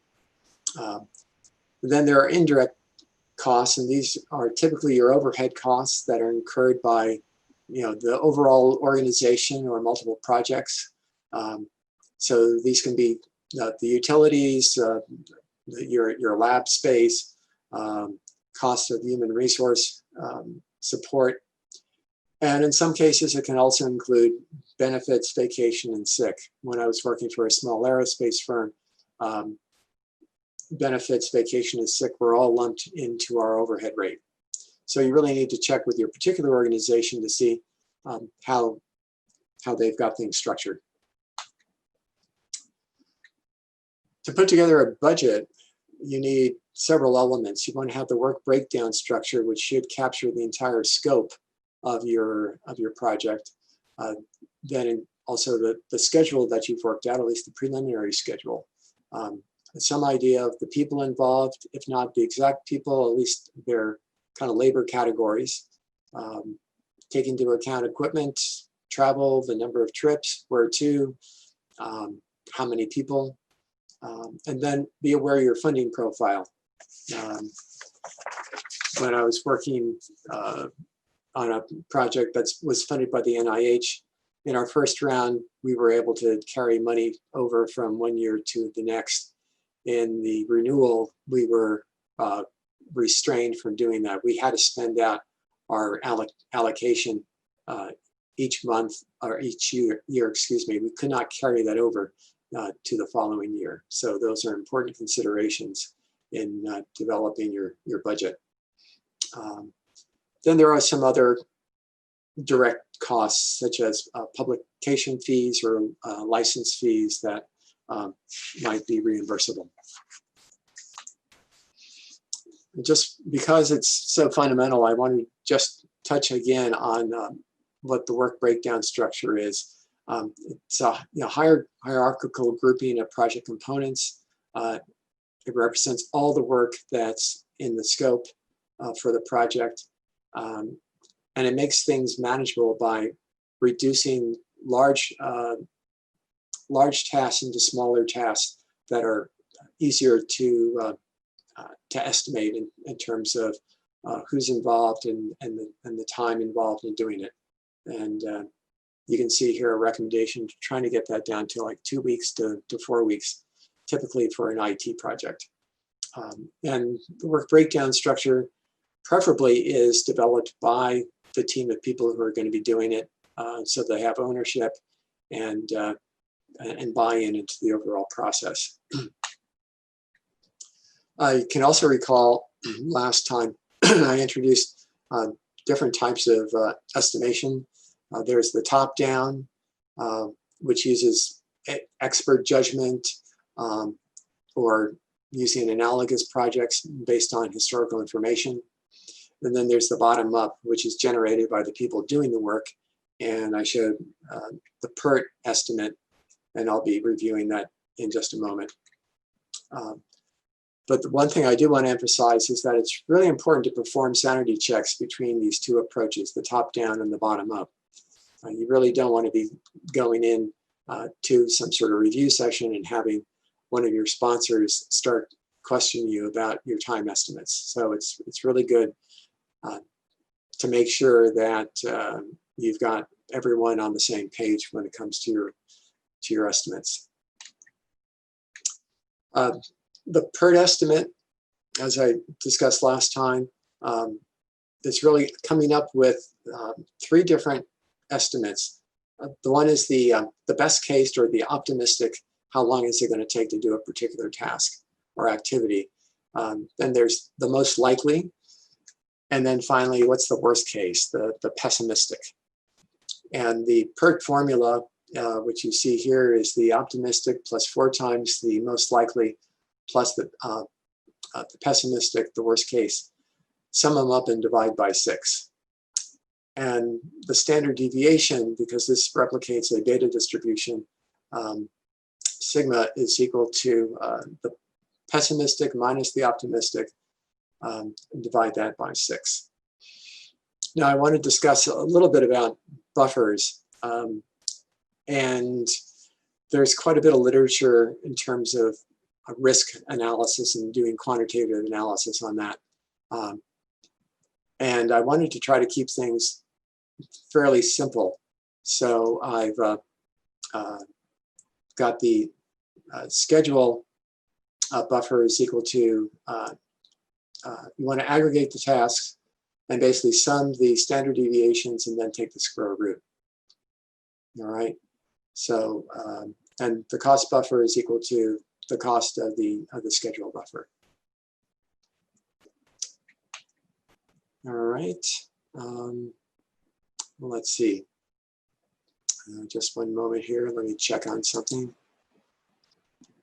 Okay, good. Excuse me.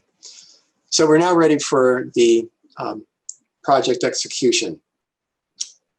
And in this, the project manager provides leadership to the team. And it's also during this process that variations to your project plan will come into place. And course corrections are typically needed when this happens.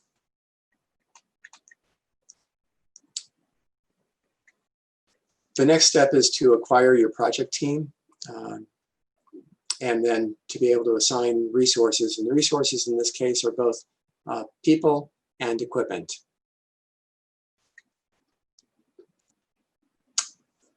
So you want to be able to organize your people so they know what they're working on and how they fit into the larger scheme of things. One way of doing this is to put together a project organization chart. And this is actually very helpful for when people come onto the project midway in order to orient them. It also is helpful to have position descriptions and also have a responsibility assignment matrix, and I'll show you an example of that in just a moment. But I want to emphasize that you really want to find the right balance between the project complexity and the level of detail. If it's a relatively short project, you don't want to spend a lot of time putting together volumes of documentation. You really want to scale it to the appropriate level. If it's a longer contract, larger sums of money, a longer duration, then it makes more sense to plus up your documentation, because it's also helpful in terms of if it's over a long period of time, people will be coming on your project and off your project. It's good to have that information. And here's a responsibility assignment matrix. This one is called a RACI matrix. RACI stands for Responsible, Accountable, Consulted, and Informed. And here's one that I found on Google. And it's got a Lord of the Rings theme to it. But you can see the players are on the top, and then the tasks are on the left-hand side here. And the R is the responsible person. A is the accountable. So in this case, for the first one, decide what to do with the ring. You can see that Gandalf is the one accountable, making sure that the thing happens. Frodo is consulted and Sam is informed. So this is an example of that. And as Carl will be showing, a lot of these programs, such as Project Libra, gives you the opportunity to do a resource profiling. So you can take, once you have people assigned to your tasks in something like Project Libra, you can go and run this particular feature to see if people are under or over committed as a function of time units. So let me stop for a moment and see if there are any questions. And let me just stop sharing for a moment.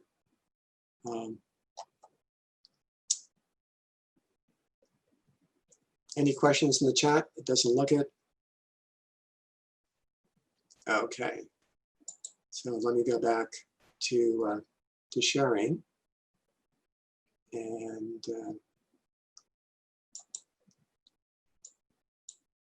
great. Okay. For leading teams, it's always good to start a project by holding a kickoff meeting, trying to get the people involved in the same room, or at least virtually in the same room. Be able to discuss what the plans are, what the objectives of the project are, the key people involved, what their roles are, the basic schedule, at least milestones, the major activities that are supposed to happen. And it's also a good way for people to get to know each other, know who the players are, the team members in the entire endeavor. It's also worthwhile to establish ground rules for your team. So they know, for example, that there's an agreed expectation that people will show up on time for a meeting, either physically or virtually. And simple things like people will be respectful in their discussions and disagreements. And it's important that these are generated by the people involved and not just mandated from above. It's also worthwhile to conduct some team building activities, either virtually or in place at this point. If you're, before, when we were actually meeting co-located, just getting people together for lunch, getting pizza, something like that. There are other various activities that you can do. Things like ropes courses are not going to happen at this point.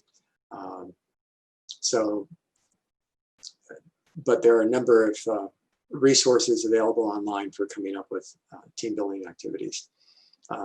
This is also an opportunity for a project manager to hone their interpersonal or soft skills in terms of both leadership, influencing, project managers very often don't have um, the authority over certain people, but they do have influence and influence and responsibility. You can also end up with having to deal with conflict, and so there's some conflict management issues that I'm not going to go into, but there are certainly resources for dealing with that. But then it's always worthwhile to recognize and celebrate achievements during the course of the project. I've certainly worked with people, supervisors, managers, who would tend to tell you when things went wrong, not praise you or celebrate when things went right. And it really makes a big difference in terms of morale and overall productivity.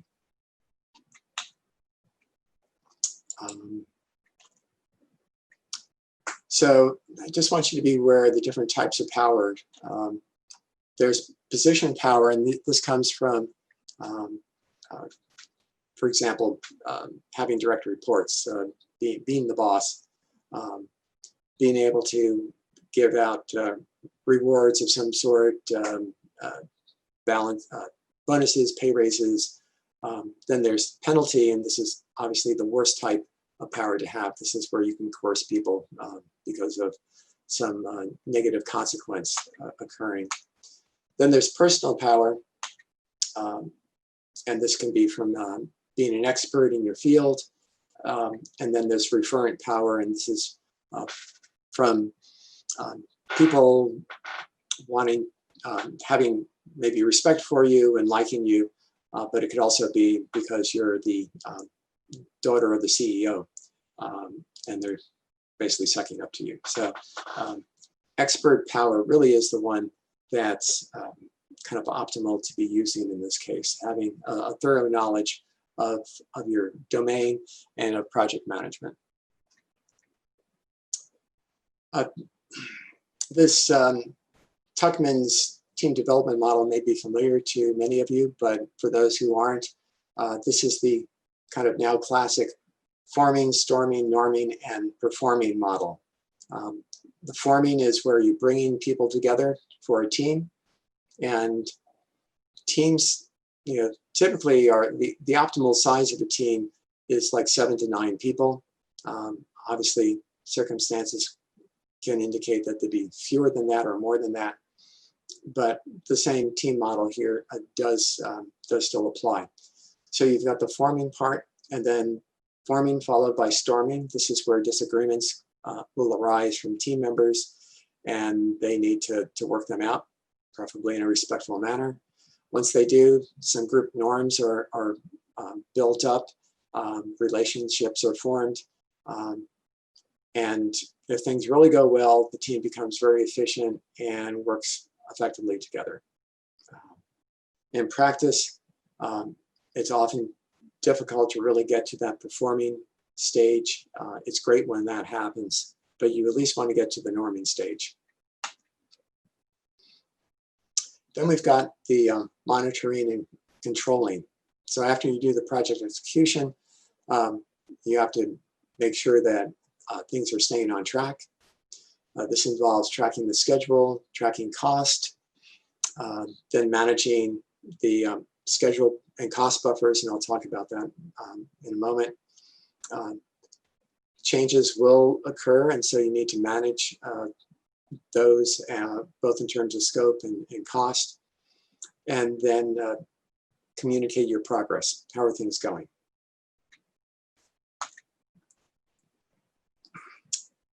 So, as I said, I wanted to make things kind of simple in terms of putting together a buffer.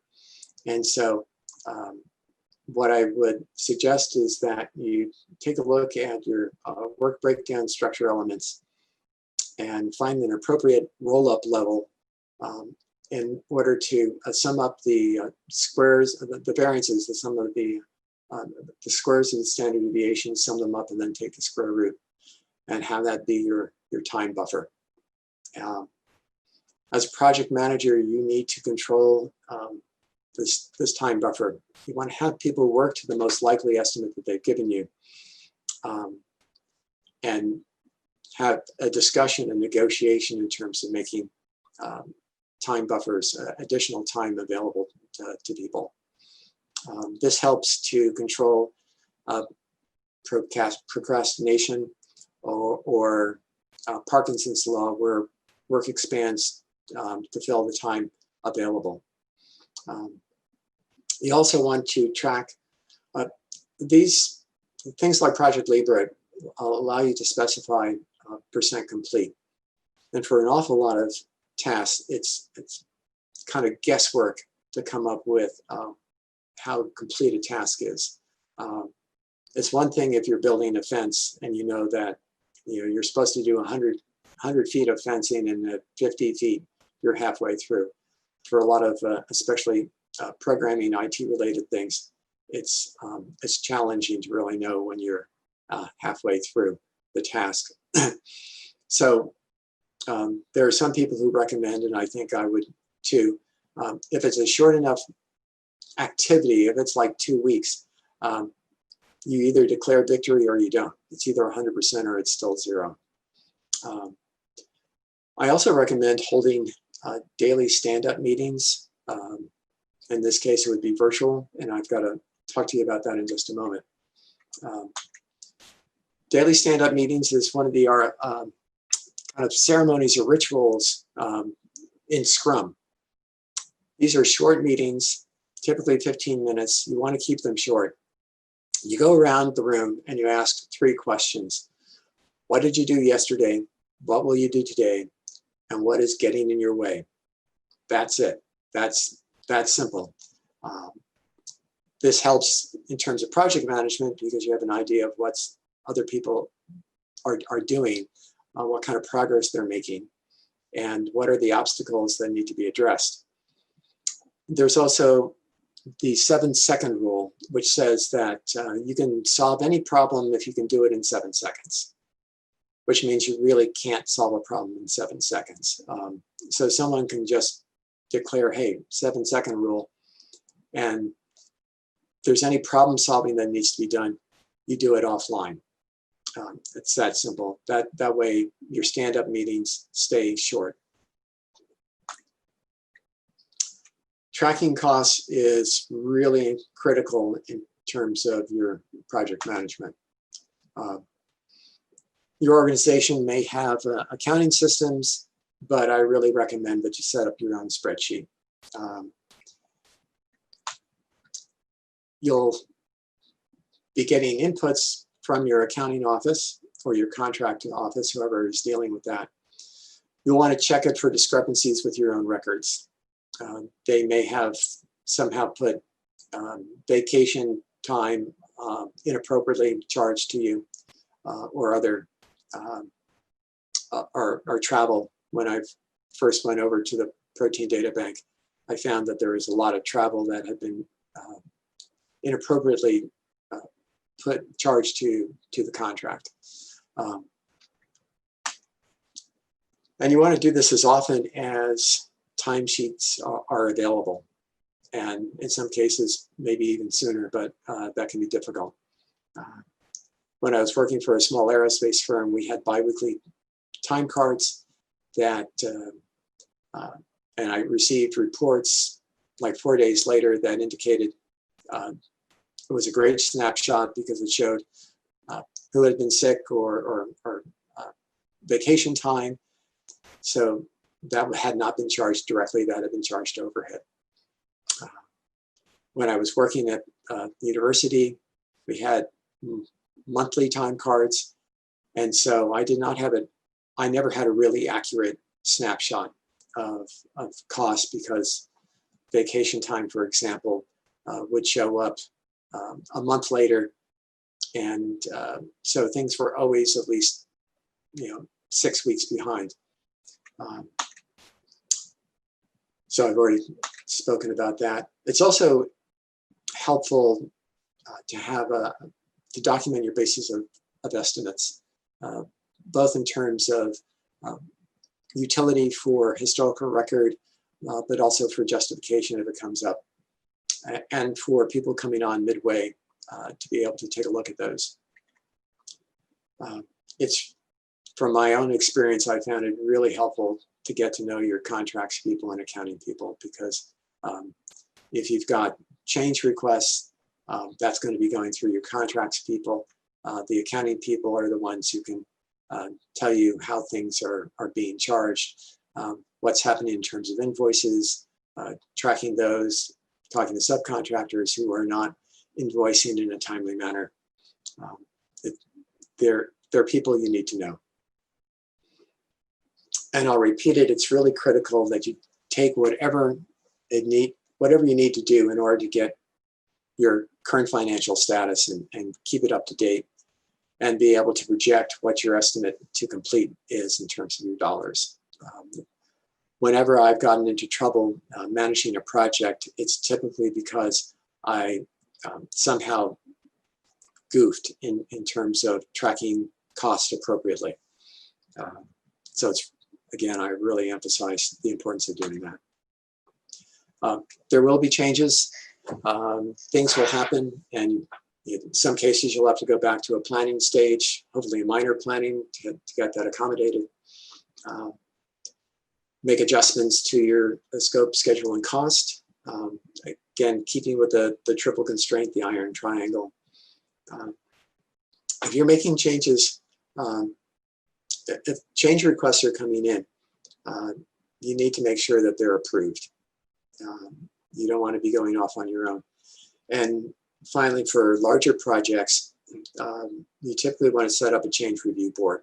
So you're not the person who's making these decisions on your own, but you have other, in some cases, maybe it's the sponsor or senior management, or subject matter experts who are involved with these decisions. So I want to emphasize again, in managing a project, that surprises are usually not good. And so keep stakeholders informed and be proactive in your communication with them. So a few slides on communication. You should know that the majority of communication is nonverbal. And in fact, here are the 3 V's for communication: visual, vocal, and verbal. Interestingly, the majority of communication is visual, which is why having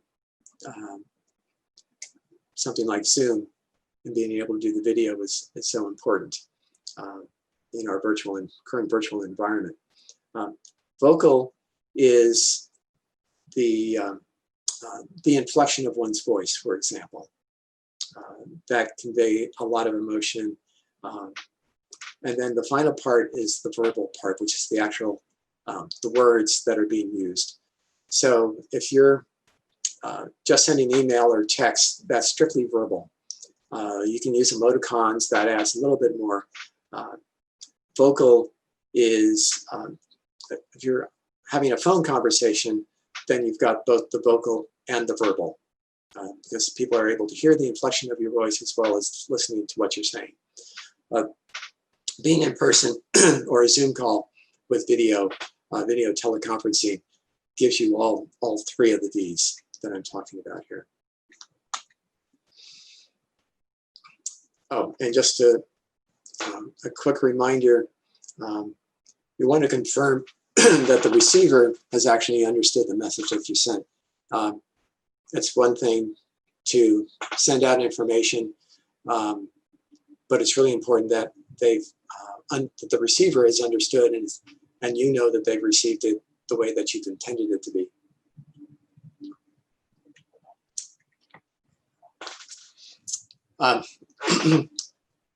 You've got a variety of stakeholders, and there are different ways to communicate with them.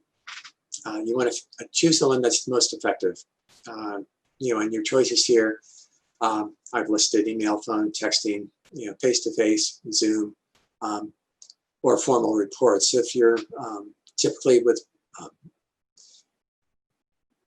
you're putting together quarterly or semi-annual or certainly annual progress reports to your sponsoring agency. Those are formal. So let me, at this point, turn things over to Carl. Great, thank you. And I should emphasize that all of the key points that Ward was highlighting, especially around cost and budget. As I have, in planning and executing a number of projects over the years, attempted to dive deep into the tools that I'm using to try to build or track my budget within my project planning environment. And that has typically not provided a significant return on investment for a super detailed effort in the project planning environment for doing budget development and tracking for a couple of reasons. One is that we're typically interacting with other colleagues who may not be using the project management software that we're using to lay out and plan our project. But even more so, a lot of our budget planning, execution, and tracking processes are very spreadsheet dependent. And spreadsheets provide a very powerful environment for being able to very quickly spin up budget and cost and spending scenarios that there's a pretty high coefficient of friction in a project planning environment for really doing some detailed scenario development around cost. You can do it, but it's typically directly driven by that bottoms-up approach that Ward was talking about earlier, where you start at, essentially the cost of individual components in your project, and you bubble them up into your overall project plan. And that just turns out you end up feeling like you're walking a long distance in very soft sand when you're trying to do that kind of work in your project management application in comparison to doing it in whatever spreadsheet environment you may be doing your budget development and tracking in. So my primary approach on the financial side of things has been to use the cost estimation capabilities in the project management environment for doing some reality checks against what I'm developing as my project budget in terms of the cost or allocations to different resources and activities, just to see that what I'm thinking about in terms of my timeline for my project and the allocation of the various human and technical and physical resources that I have bear some resemblance to each other. So that that comes back to that sanity check that Ward was talking about, where does my budget that I'm developing in my spreadsheet align reasonably well with what I often treat as sort of high-level estimates that I'm getting out of my project planning environment. It also helps me to do a reality check of my estimated levels of effort that we're going to be talking about today against the amount of money that we're anticipating we're going to have available to be able to execute the project, because that's, especially in the initial planning and scoping phase, a critical step in iterating on what you really think you can do for the resources that you estimate you'll have available. And as an example, if we're working in a response to a project solicitation and we're developing a budget that has to fit within the boundaries defined by that solicitation, we typically have a target that we're not going to be able to exceed, and often a target below that we need to work close to. And then I often find I have to go back and forth through my initial project plan to make sure that my expectations are realistic in terms of what I really can get done, and making sure that I can get the most bang for my buck in my budget, but not be overly optimistic. So we're doing a combination of things here, highlighting the things that we need to think about when planning and executing our projects overall, and then where we can best use the technical tools like Project Libre to help support those activities. And budgeting is one of those areas where you can get useful information out of the project planning application, but typically it's not going to be able to give you the level of detail in the format and with the flexibility you need to be able to actually develop and maintain that budget as a separate entity. So I just wanted to add that comment as we transition into doing some hands-on work with Project Libre.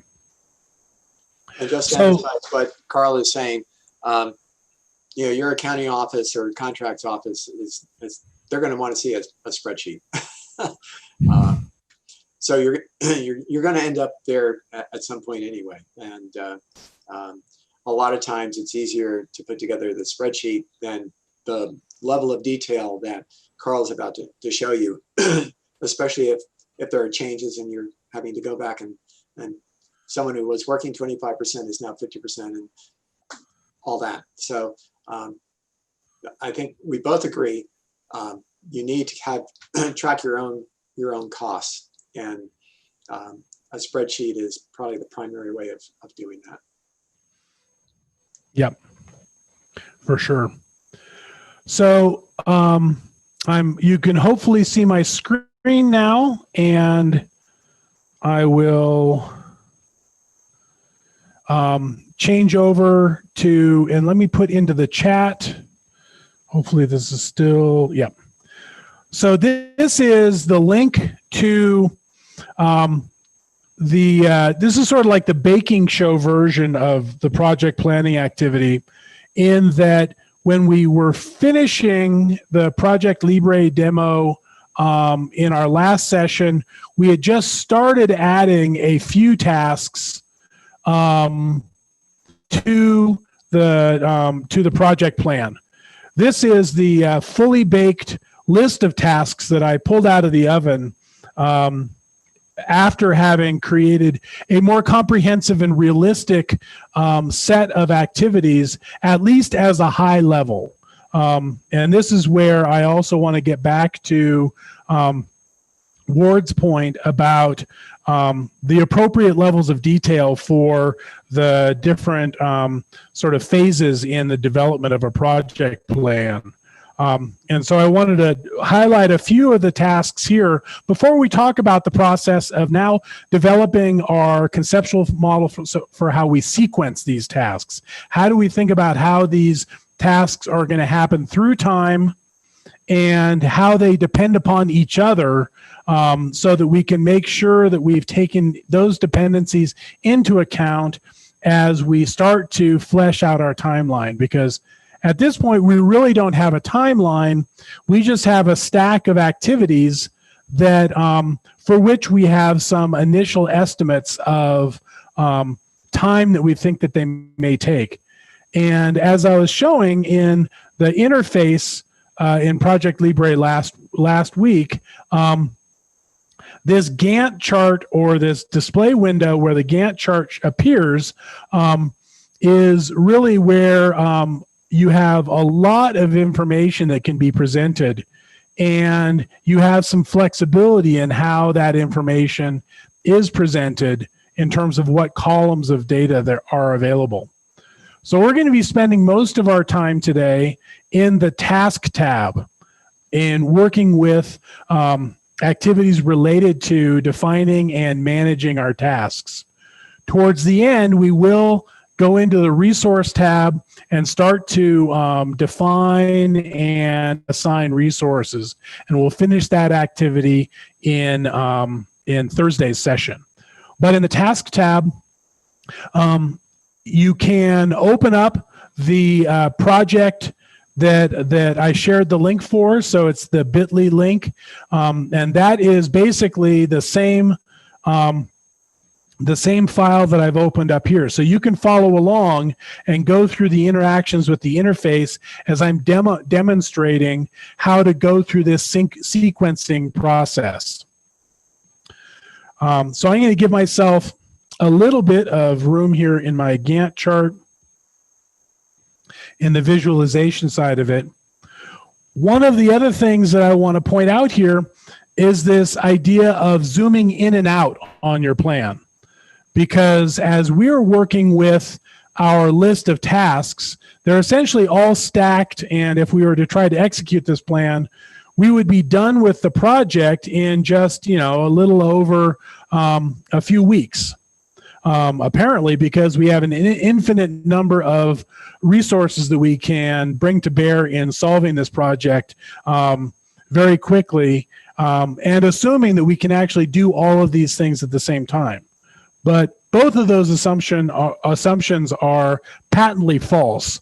So we're going to be going through the process today of figuring out what sequence we have to go through and how we can essentially create a more realistic timeline than the one that has all of our tasks getting executed at once. We can use these zoom features up here at the left end of the task set of tools to zoom in and out. That's zooming in to see more detail in terms of days and even hours. Or in our case, we're going to zoom out. So we can start to see our plan at the scale of months and ultimately years, as this is ultimately targeted to be a 3-month or a 3-year project. So we're seeking funds for 3 years of work. We're looking at the work that we can accomplish over those 3 years of funding with the resources that we will have available. But again, based on our current stack of resources or stack of tasks, we can see that basically all of our activities are taking place within essentially the third quarter of 2018. We know that that's not the case. So we can start thinking about what are some reasonable dependencies and timelines that we need to operate on. Starting with our milestones. As we started to create our milestones, we weren't assigning specific due dates to them. But our milestones have some specific targets associated with them, essentially by defining some measurable outcomes that we want to achieve on this project by the end of years 1, 2, and 3. So I can right-click or double-click on one of these tasks. So here's the 200 resources in Clearinghouse. I can just double-click on that, and that'll bring up the more detailed task information that we saw last time. And if I go to the Advanced tab, I have the opportunity to add a constraint. The default for any of our tasks is that they be done as soon as possible. But I can add a different constraint where I can say, I want to finish this milestone using a must finish on, and I'm going to now add a date to that. And so since this is an end of first year constraint, I want to have this finished by July 1st, 2019, which is basically the first day at the end of the first day following year 1. If I wanted to be extra pedantic about it, I could actually say I want to have it be June 30th in 2019. And let me try to choose June again. There we go. So I could say I want either the last working day of Friday, June 28th, as the last day, but I want to basically set this in time for when it should be finished. And you'll notice that as I then close this, that milestone has moved out to 6/28. And I can repeat this process for all of our other milestones. So if I go to the second end of year 1 milestone, I also change that to must finish on June 28th, 2019. We can see that is now popped out there as well. For our second year milestones, I can go to my advanced tab, must finish on. So this is going to be at the end of the second year. So that's going to be at the end of June in 2020. So we'll call that June 30th.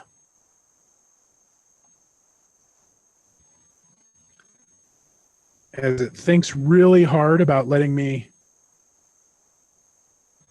select something.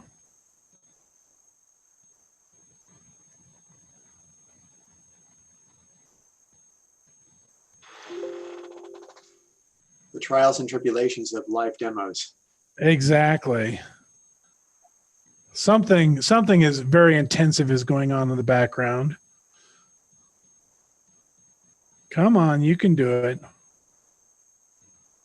Oh, the dialogue seems to be totally locked up. Yes. Let's see if I can force it to redisplay. So now it's actually reflecting that June 30th date, and everything seems to be okay. Let me see if I can. Yeah, that may be an interface remnant that I'm going to have to live with for just a moment here. And as a result, now that milestone is actually not visible in this particular zoom level of our calendar, which is showing us essentially quarters and months. So if I zoom out further, we can see that that is now showing up on the June 30th of this year. And it's worth noting that one of the other things that Project Libre does is it shows this green line that shows the current date in the calendar as well. So you can have that as just a visual point of reference. And if I save this, if I go to my file menu and save, and I quit Project Libre for the moment to hopefully force it to make the that glitch in the interface go away. I need to restart it and then reshare it. Maybe I'll just share my whole desktop and call it good. So I'm going to open up that tasks file again.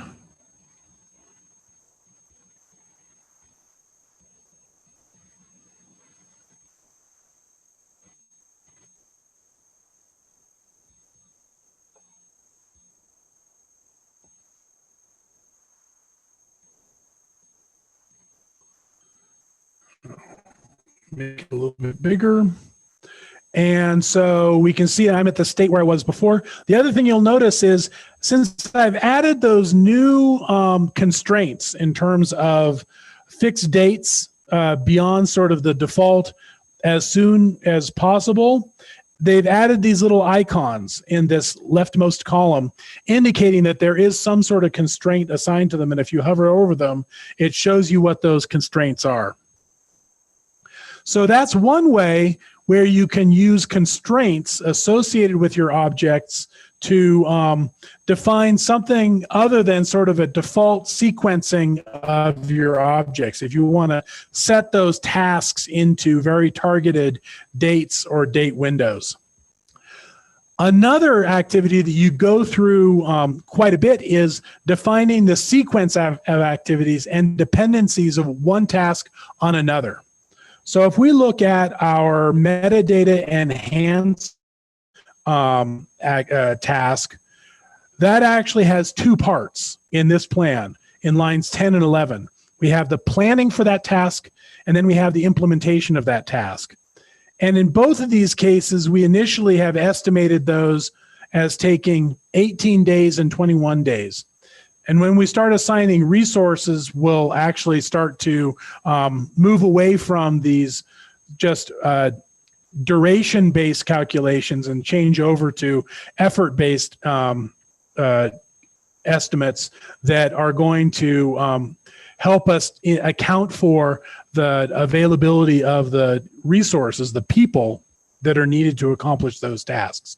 But right now, these are set up to take place over 18 or 21 days. And I should add here that these are working days based on a calendar that is defined for the project. And part of that process that Ward was describing in terms of accounting for the availability of resources and when activities can be scheduled is this idea of a calendar. So as we're here in the task area, so I reopened my task tab, over here on the right, one of the buttons is a calendar button. And if we click on that, there is a standard calendar that is associated by default with your project. And that is actually identified when you create the project to begin with. And that standard calendar essentially defines what you would think of as just a 5-day work week, 8 hours per day. So those are constraints that are used for defining when effort can be expended towards accomplishing a task. So when you're defining effort-based or duration-based activities, they're actually taking into account that you're not getting anything done on weekends according to this standard calendar. As you go through the process of defining your project, you can create other calendars. And there are 2 other calendars that come with Project Libre that you could alternatively assign or modify to use as a part of your project. But at this point, we're just going to be using the standard calendar that defines a standard 5-day work week with 8 hours of effort per day. So our 18 days of planning starts here and takes place over 3.5 work weeks. And then we have this implementation task that's planned for 21 days of duration. So that ends up being essentially 4 5-day weeks plus an additional day in the 5th week. So as we start to see how these durations translate into blocks of time on the calendar, we need to remember that standard calendar is defining when work is getting done. So one of the easiest ways to define your sequences is to literally just drag between the tasks that define your sequence. So if we recognize that we can't be implementing our metadata enhancement activity until we've developed a plan for it, I can click and you'll see how my pointer becomes a little double-ended arrow or double-sided, double-arrowed symbol of some sort. I can click and drag. You'll see how now I have a line that I can drag and connect to another task. You'll see that little anchor symbol. So I can then release my mouse on that next task. And it now draws a line and an arrow between those tasks, and it shifted that implementation task to the right. Because the default sequencing, as Ward mentioned, there are a number of different types of sequencing, but the default sequence is from end to start as you're defining these linkages. But now that I have this little arrow, I can right-click on it, or actually I can just click on it.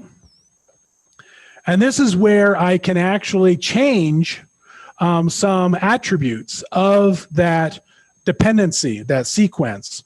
So in this case, the default was finish to start, meaning I'm going from the finish of the predecessor task to the start of the successor task. But I could go finish to finish, essentially defining a dependency where both tasks should be finished at the same time. I could go start to finish. So basically the start of the predecessor has to follow the finish of the successor, which as Ward also mentioned last time, is not nearly as commonly used as this finish to start. And then start to start, basically meaning that they both need to start at the same time. In the case of pretty much all of the dependencies that we're going to be defining, we're going to be using the default finish to start. But in some cases, I do use a lag, which allows you to actually put a gap in between the end of one task and the beginning of a follow-on task. And we'll see an example of that in a few minutes. But in this case, we're going to leave the lag at 0, meaning that we're expecting that we can start that implementation activity as soon as we've finished the planning. So we have a same sort of approach here for the assessment activity, where we have a planning and an implementation. So if I click on my start task, my planning task, and then drag down to my implementation task and release, I then get another dependency arrow. This is also where we can start to take into account where there may be other planned start dates. And this is especially useful when you're doing some high-level planning for the project, where you're not yet even necessarily taking into account the availability of resources or the assignment of resources and levels of effort. But you're saying, okay, I want to do the metadata enhancement in project year 1. I want to do the assessment work in project year 2. That's where you can combine these items with being able to set attributes of your different tasks. So if I double click on this planning task, and I can go to the advanced tab, I can say start no earlier than, and say I want to start that no earlier than the beginning of year 2, which was July 1st in 2019. Is this going to do it again?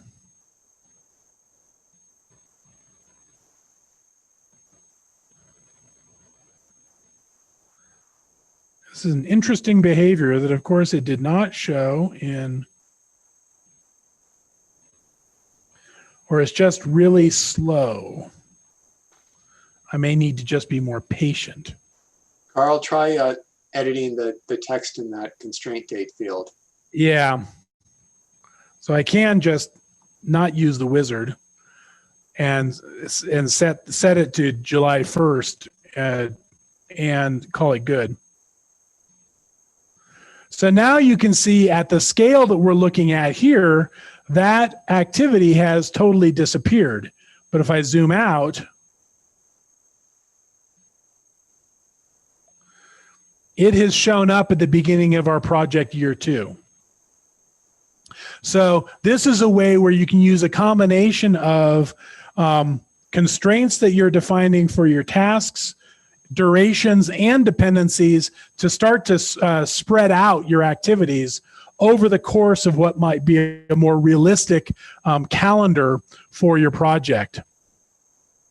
And you can actually create fairly complex interrelationships between activities. And that's what I wanted to look at here in the web development section. So as I scroll down a little bit, I've got a couple of phases or 3 phases of development, of web development, for related to the search interface, implementing some of the definition of the new metadata model that we're developing for this enhanced clearinghouse. So one thing we need to understand is that we can't actually start building the search interface until we have defined we have finished essentially the metadata enhancement implementation. So that's essentially the definition of what we think the implementation is going to look like. We can't start actually building that in code until we have finished that implementation phase.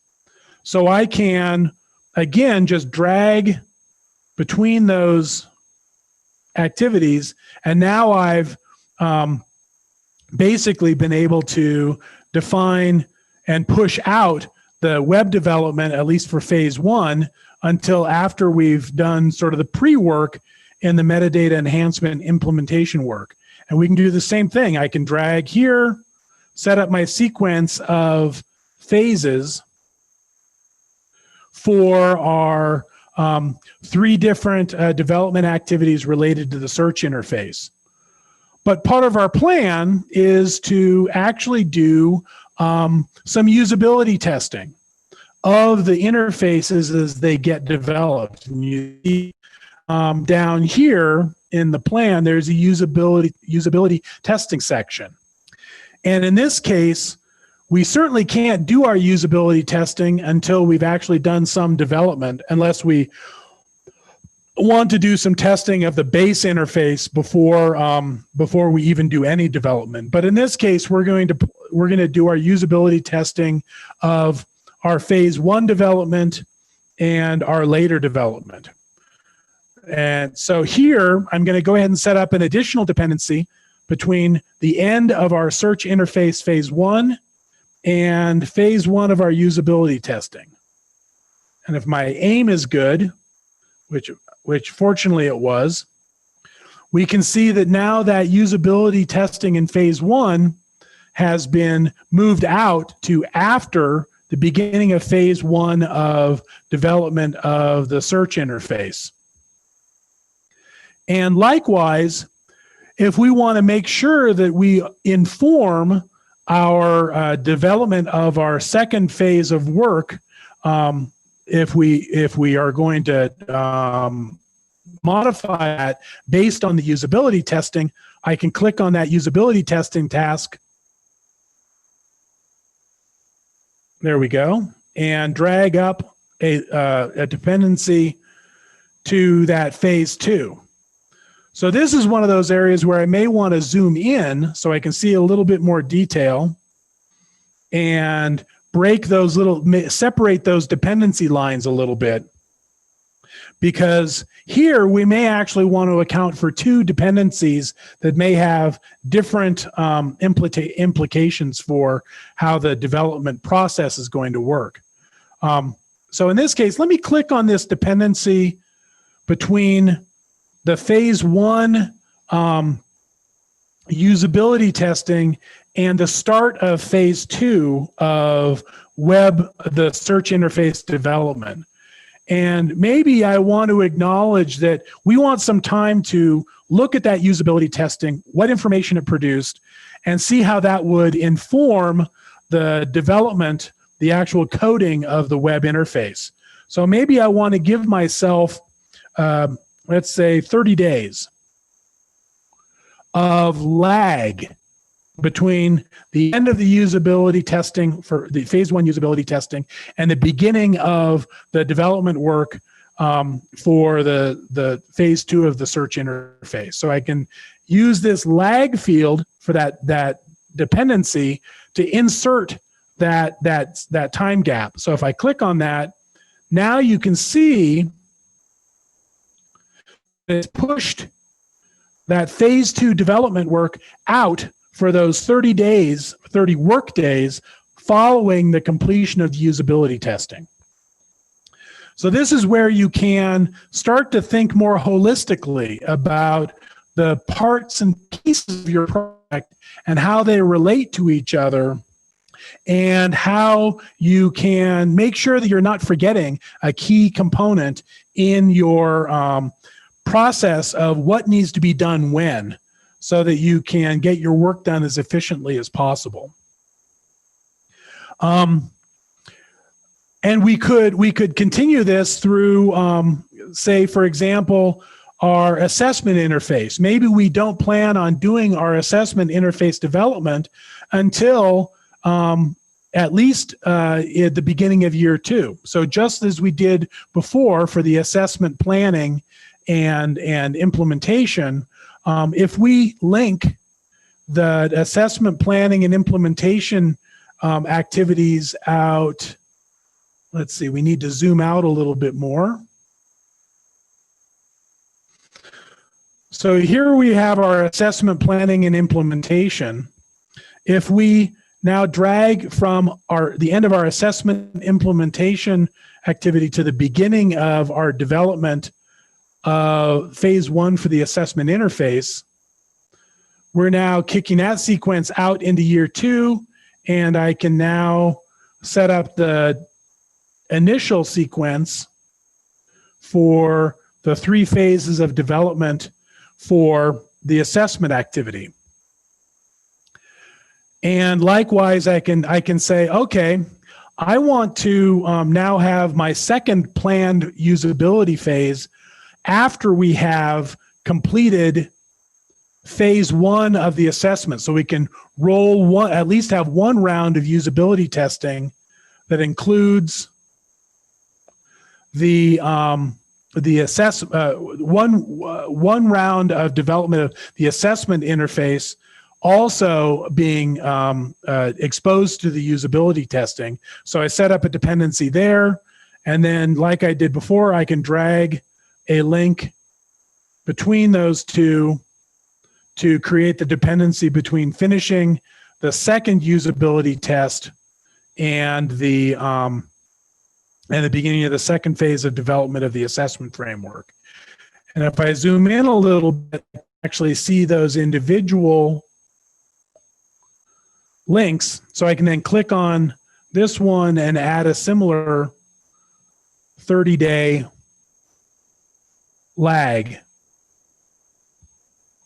So this is the way you can go through a process of, even at a fairly high level, starting to produce what may be your target timeline before you even start thinking about what resources it's going to take to be able to accomplish the task.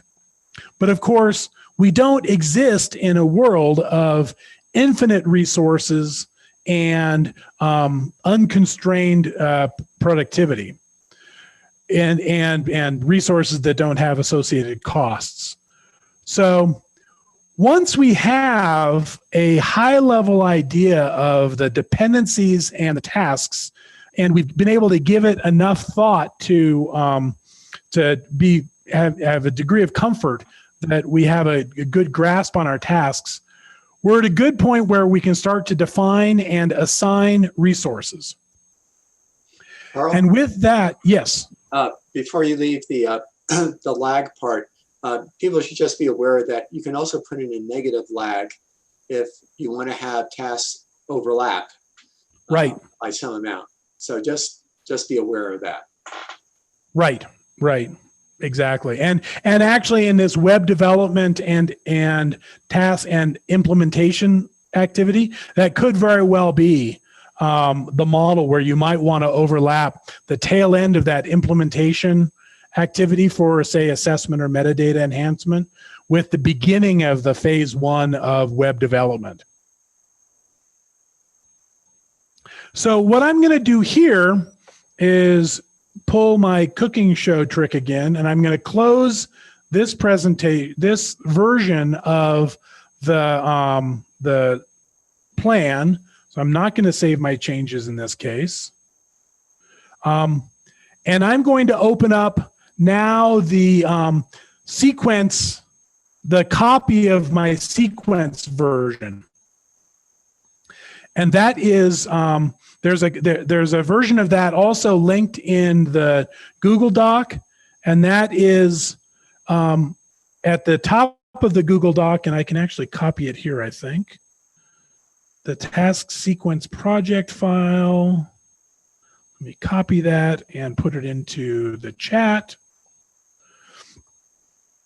So this is sort of my fully baked version of a sequenced set of those tasks that we started from, and we're starting to to define the dependencies and the sequence of activities.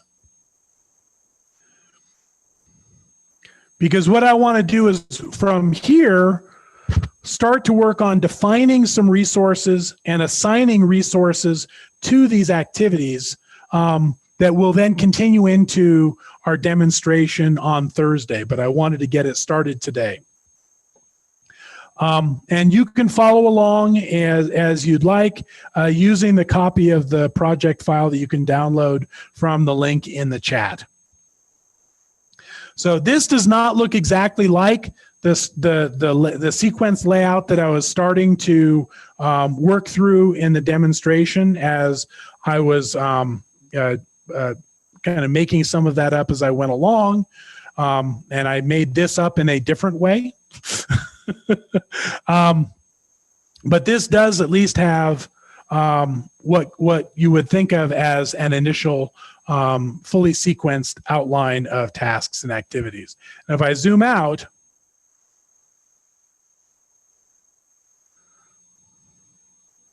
you can see how those lay out over the 3 years of the project plan. So the first thing we need to do when we're talking about starting to be able to assign resources is we need to create resources, at least some very basic information about those resources. And we can do that by going into our resource tab here and clicking on the default resources view. So if we click on this, it's going to replace the existing Gantt chart with our list of resources. And I've already created some resources in this that I want to assign, but you can very easily create your own as well in one of two ways. If the information you need to provide is available in these columns here, you can just quickly enter them in the columns. But I actually prefer using the dialogue for being able to enter the information about the resources as they provide. For me, it provides a little bit more easily navigable interface. So if I just double click on the resource, it brings up the resource information dialog, just like we had that task information dialog earlier, where you can provide all sorts of information about that resource, including some key capabilities, including a name for the resource, initials, so you can have full names and initials if you have individuals. You can have contact information. You can group them. So in this case, I added the PI to an admin group. And one of the other important characteristics is to define the type of the resources, either work or material. So if it's a resource that's actually going to accomplish getting a task done, you would characterize it as a work resource. If it's something that you're going to have to spend money on, like say renting a facility for a workshop or paying hotel costs to attend a conference, or buying bags of concrete to actually mount your antenna to. Those would be material resources, is that they're not accomplishing work, but they have costs associated with getting the work done. And then work resources are the resources that actually get work done. It's the application of their effort over time that accomplishes a task. So in this case, we're defining the PI as a work resource, and we're assigning a base calendar. By default, our resources get that standard calendar, but in this case, I've assigned a modified UNM calendar. So if I click on that,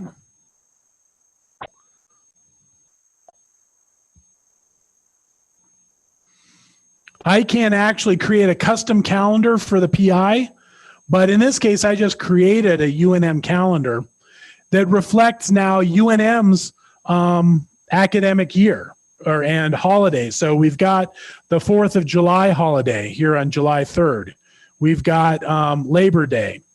we've got, and if I move forward in time, it's got Thanksgiving. It's got our winter break where the university is effectively closed down for a week and a half. Martin Luther King Day. So these take into account additional days where work is not getting done, which can have a significant impact on how you're estimating your timeline and when deliverables will actually be produced. So each resource can have a calendar associated with it, essentially defining when it's available to work.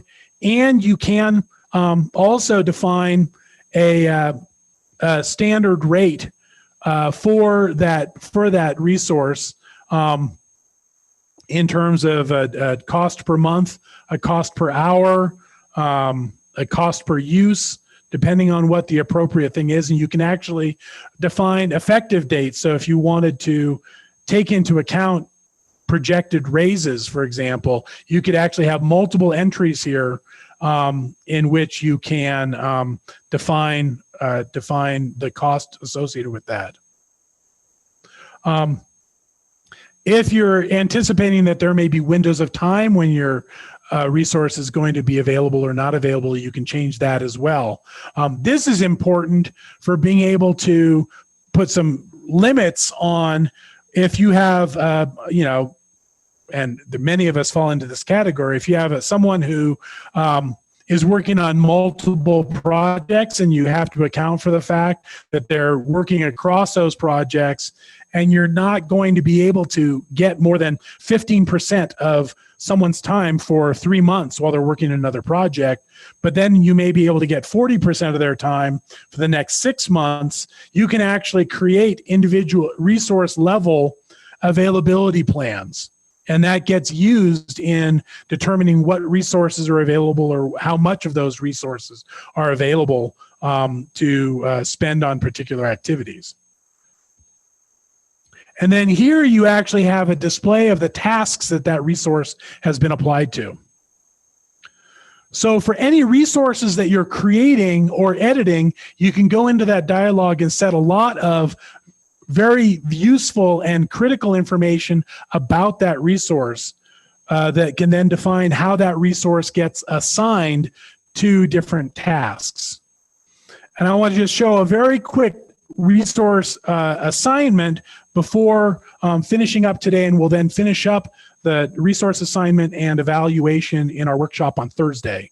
So here I've defined my resources, and I can go back to my task view, and I can go back to the Gantt chart.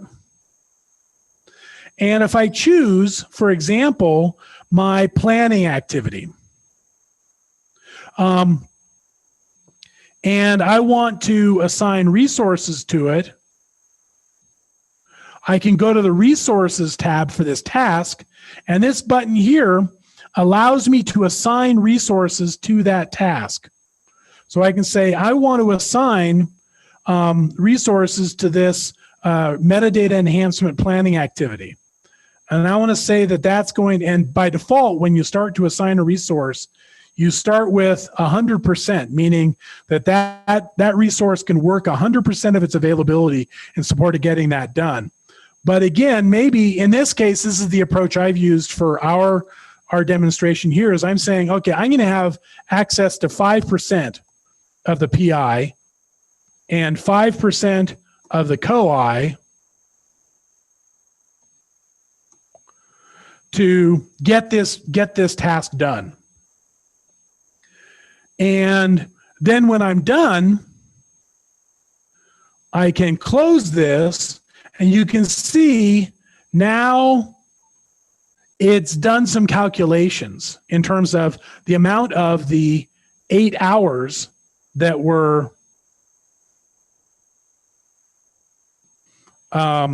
estimated for doing the planning work. It's now figured out that, and this is where there's a quirk in the interface where this duration estimate has turned out to be not quite right in the way that it's getting calculated. So I've been adding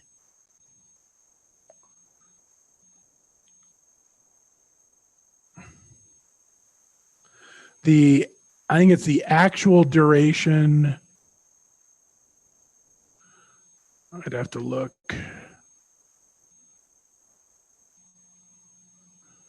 No, it's not the actual duration. It's another one. We'll see in my fully baked resource plan what the resulting duration is.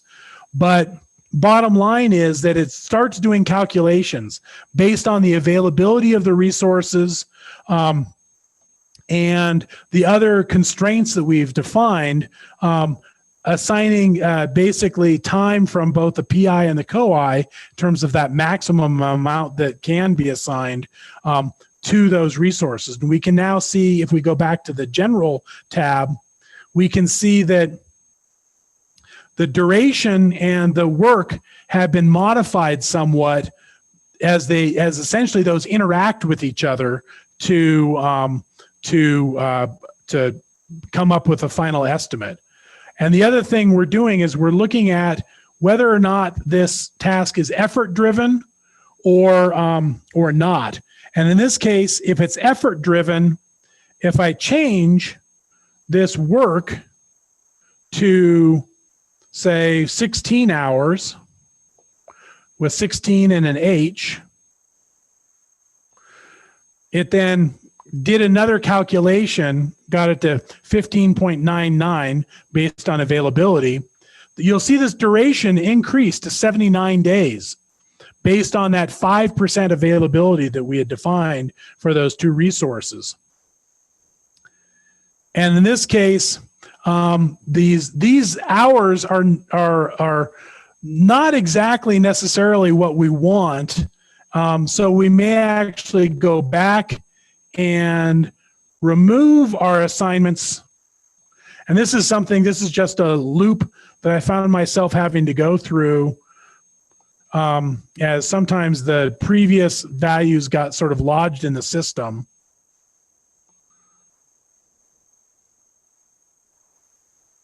And I want to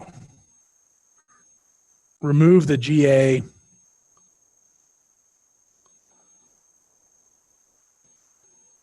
And in some cases, manually assign my hours here.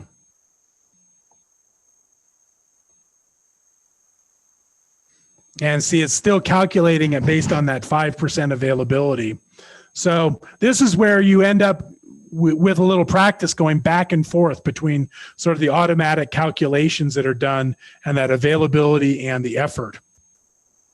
But ultimately, you home in on your calculation of the amount of work, and from that, the calculation of the duration. And so you'll see over here now that we have this indication that the PI and the COI have been assigned to this particular activity.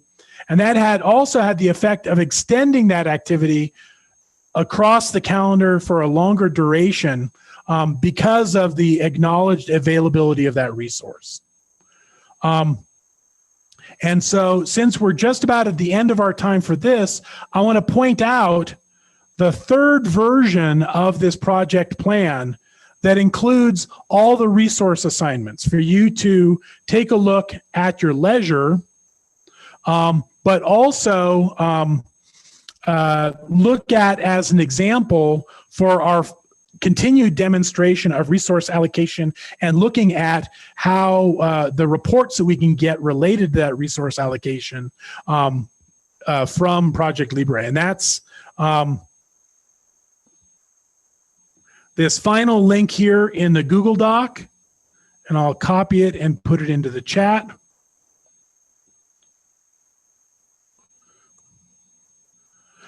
So this is that final version of the project plan that has been evolving over the past 2 sessions, now with resources assigned, including material resources that you can look at as a preview for what we're going to be doing on Thursday, working on more resource assignment, that sort of iterative process of getting sort of the right allocations of the resources and looking at how the resources are loaded. So with that, I think I will finish up my demo, and maybe if folks want to stay for a few minutes afterwards, we can talk a little bit about the project plans that you may have started working on between last week's session and this week's, and also introduce the continued practice in terms of starting, if you have been working through this, starting to define and assign resources, defining dependencies between the tasks that you defined, potentially defining some milestones or deliverables, and then looking at some of those views that we saw last week in terms of the network or work breakdown structure views in Project Libre as you continue to flesh out the project plan.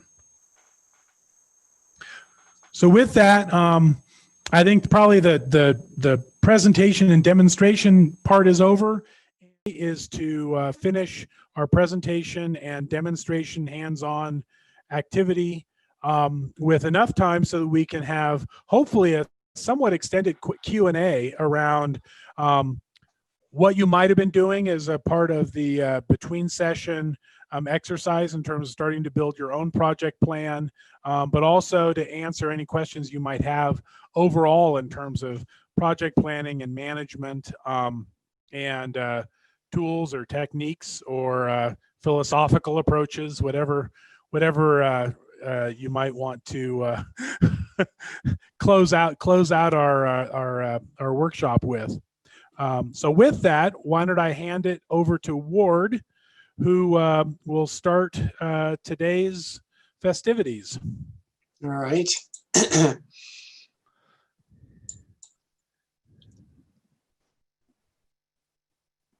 All right. And I promised Ward today I would leave my video running so he didn't feel so alone as he was presenting. As it's a little disconcerting as a presenter in this environment, as you don't see anything but yourself. Yes, it certainly makes you wonder whether you're just talking to yourself or a blank computer screen here. So anyway, as Carl was saying, welcome back to session 3. Hardcore remnant of project management types. Not to mention it's towards the end of a conference, which is always you expect a little bit of tail off from that. And thank you for your dedication. Yes. So again, so Carl and I are presenting our third and final session.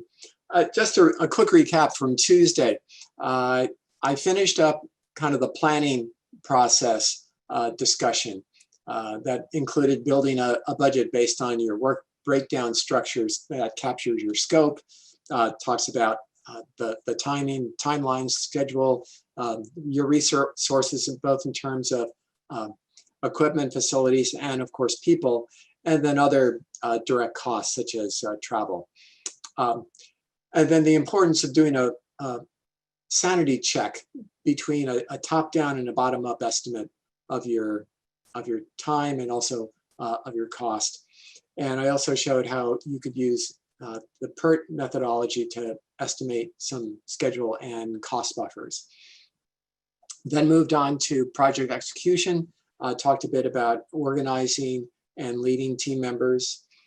Then moving on to, once you've got your project implemented, work is starting, it's moving forward, you need to monitor and control how things are going, tracking your schedule and your cost as you're doing this. And I emphasized in particular the importance or the critical nature of tracking your costs, not just your schedule, because whenever I've run into trouble on managing a project, it's almost always been related to cost considerations.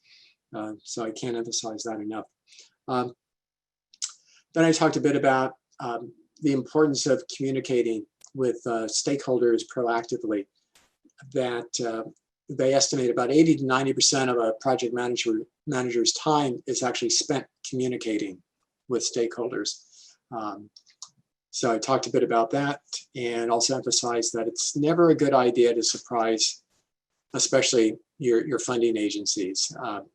They usually react very badly to that. So want to make sure they're well apprised of things as they occur, both the good and the bad. And of course, Carl did a deeper dive into in the Project Libra.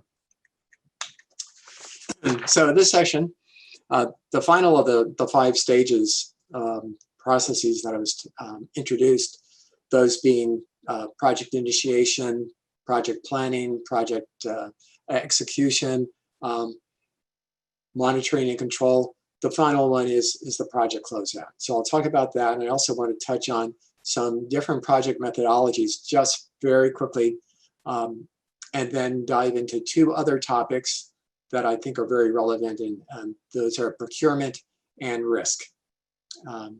And a lot more can be said about both of these topics, but since this is kind of project management 101, I'm not going to get into that depth. And then finally, Carl should have a good amount of time to kind of finish his part in terms of getting you up to speed on Project Libra. And then hopefully have some time for your questions and any issues that have come up if you've been doing your homework, which of course has been voluntary, but we'd love to get your feedback on that. All right, so let's talk about project closeout.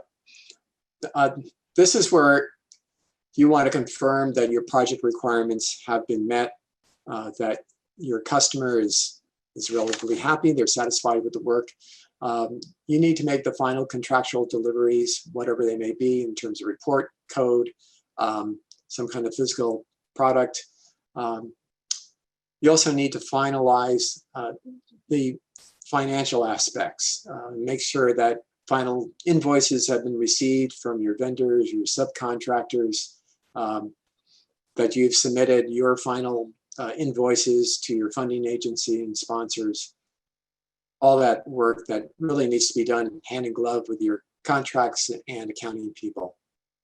And then as the last step, you want to archive all the various artifacts so that they can be used in the future when you have other contracts, especially if there are grants that are of a similar nature.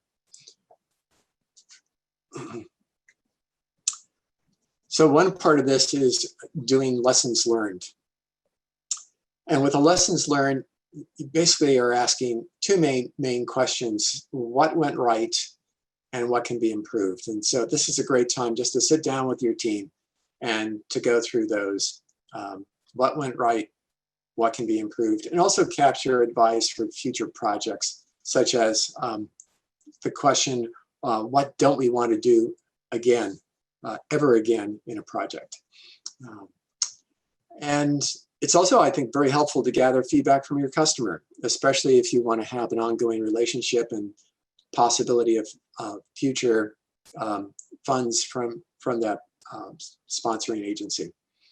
And then, you certainly need to want to perform this at the end of the overall funding grant or project cooperative agreement. But you also want to do this periodically. And certainly if you're a multi-year contract and you have an annual report, well, that's a great time to stop and collect information, to ask these questions from your team and capture that information. You're going to be discussing things with your team members and subcontractors anyway, undoubtedly, to put together your progress report. So it's timely to do that. And this is all part of a continuous improvement process so that you can improve how you're doing things as the contractor or grant proceeds. So the other thing about lessons learned is that you really want to learn from your successes and your failures. And Thomas Watson, just to highlight the importance of learning from your failures, said if you want to succeed, double your failure rate.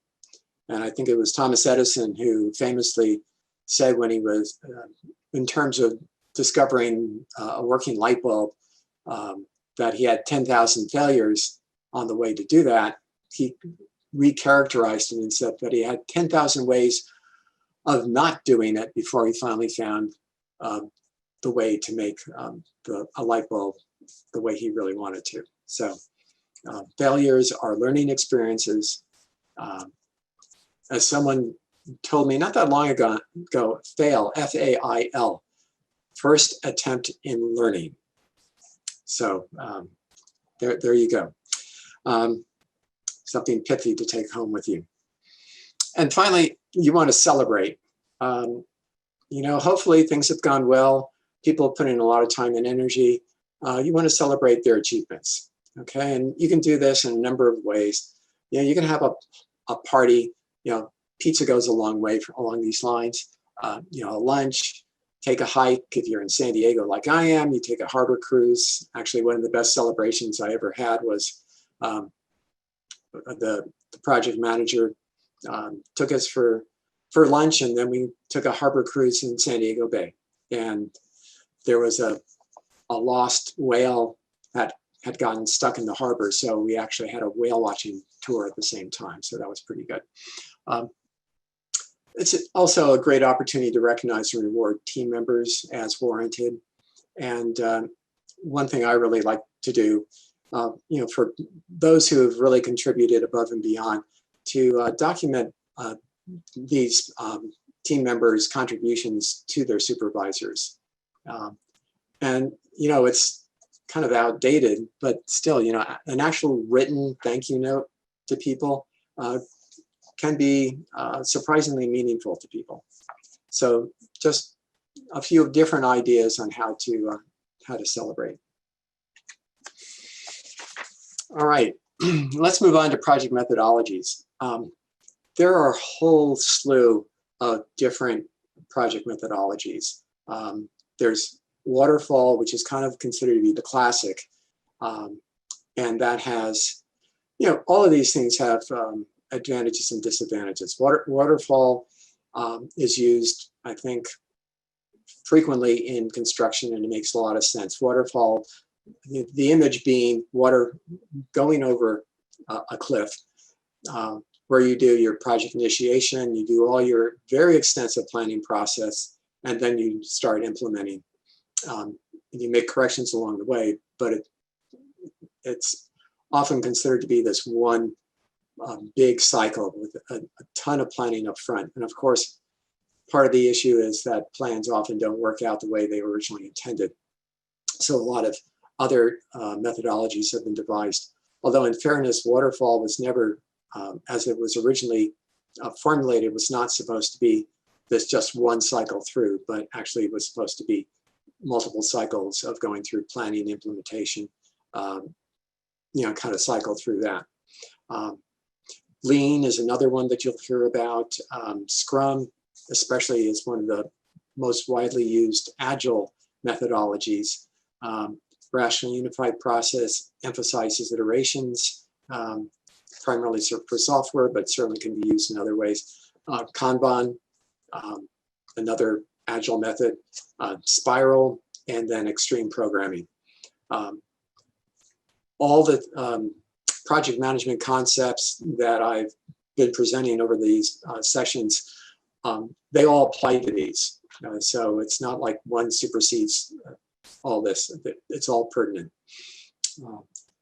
And all of this is really, you know, for further study. There's just way too much for me to dive into any of these and do them justice. But I do want to make sure that you're aware that there are these different methodologies, and some may be more applicable to what you're doing than others.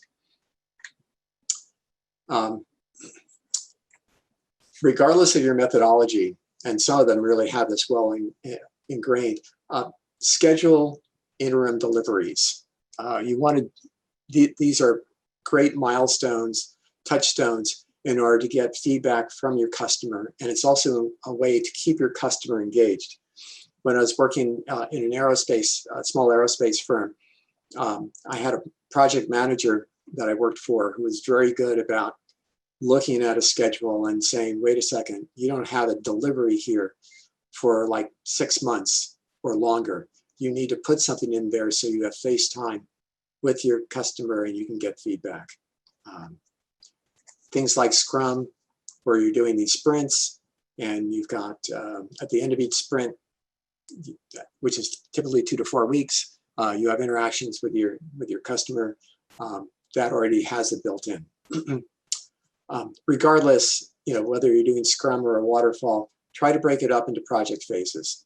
So you're not, if it's a multi-year contract, at least work in no more than 1 year at a time, because things will change.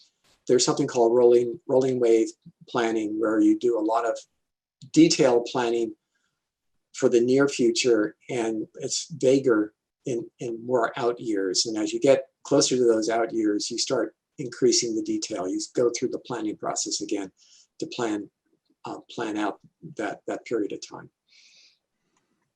This is where I might add, in terms of that customer engagement and being able to get feedback. A couple of other approaches that we have found successful in a number of our projects is the formation of an advisory board that has an opportunity for continued engagement with the project, with whom you can meet on a regular basis and talk about the progress you're making in the project and get feedback from that advisory board at regular intervals, as another way to keep that engagement, keep the project moving forward, keep getting, creating opportunities to iterate and integrate feedback from folks that are outside who may be your core team.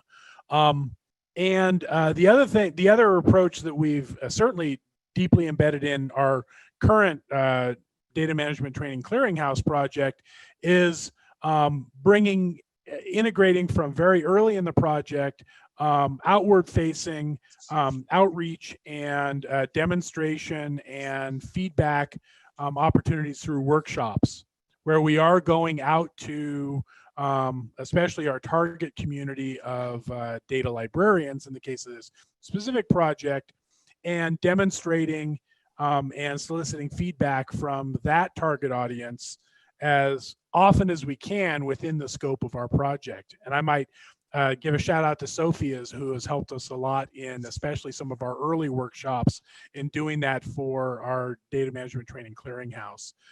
So those are a couple of other strategies for being able to integrate this feedback collection and engagement into your project plan. Great, yeah, thanks, Carl. So let me talk about procurement for a few slides. Procurement is, it involves a formal contractual agreement between the buyer, your project, and a seller, often also referred to as a supplier, a vendor, or a subcontractor. And this comes out of a decision of whether you're going to build something yourself, make it yourself, or if you're going to buy it from a third party. Procurements can be used for a variety of reasons. They can be used to augment a project's technical or scientific capability, which is one often reason for teaming with subcontractors. It can also be used to reduce risk. If you know some other entity has greater expertise in an area, that would reduce some of the risk that you might have if you did it yourself. And certainly for proposal efforts, it's very common to have teaming agreements and non-disclosure agreements, not only for proposal efforts, but also if you're just having a discussion about emerging collaborations. Carl has a story of kind of getting ideas scooped, which kind of hurts, right? So, these are legal entities that you want to deal with. And in some cases, for proposals, you might even have an exclusive teaming agreement where you've got a partner that basically locks them into your team and not to another team. So let me talk briefly about, there are kind of 4 different types of contracts. And I realize that most people are probably dealing with either probably not contracts for themselves at their own being sponsored by soft money, but either like a NSF cooperative agreement or a grant as opposed to a regular contract, a formal contract. If you're procuring services or products from outside, there's time and materials, and this is basically where you're paying someone or an entity so much an hour and reimbursing them for or buying materials from them. This is good if you're have a relatively short amount of time. This is not a long-term contract arrangement that you want to have. It's very open-ended. The risk is really on you, the buyer. And as such, you have something like this, you probably want to put a clause and not to exceed clause in there so that there's a ceiling on how much money is or hours are going to be spent. Then there's cost reimbursable. And if most people here are working for nonprofits or government or universities, this is probably the sort of arrangement you have. And let me get back to that first. Let me talk about the fixed price because I think it will make more sense. Fixed price is where you negotiate, where you have a very specific statement of work. Here's the work that needs to be done. You get bids on it. People say, I'm going to do this for X number of dollars. And then the expectation is that they'll do it. And if you have any changes that you want to have made during this period of time, there's a formal change request that goes in that bumps up the price or the schedule time. But the main thing here is that you have to have a very tight statement of work, and the risk is, in this case, on the vendor, on the seller. And a prime example I had just recently, I had a painter come in to take the cottage cheese off the ceilings of our second floor and then paint. And so he said he could do all this work for $3,000 and said, okay, great, let's go ahead and do that. Well, it turned out that there was some bleed through in the ceiling. And so there was some rooms where he had to repaint the thing 2 or 3 times. And it was still for $3,000. This was not what he expected, but he was duty bound. He was contractually bound to do the work properly. And it ended up, he didn't make a lot of money on our job. So that's fixed price. Cost reimbursable is great for things that are research and development, where you can't really have a hard, well-defined statement of work. There's just too much flexibility involved. And you have allowable expenses such as labor, certain types of travel. And again, in this case, the risk is on the buyer. You're basically contracting for hours of labor. And then the final one here is purchase order. And this is typically used if you're buying equipment. It's very straightforward, just a contract in order to purchase that. So that's kind of the 4 different types of contracts. And if you're involved in procurement, it's worthwhile to know what these are. If you've got subcontractors, you typically have some kind of cost reimbursable. The procurement process itself involves creating a request for proposal, an RFP, or something along those lines, however you want to call it. And you need to come up with a statement of work so that people know what's expected and they can bid against the statement of work accordingly. You also need to establish some kind of selection criteria. This could be the technical approach, the price, the experience of the organization or the person involved. Then you want to solicit bids for this work. And finally, select the winner, negotiate a contract, and off you go.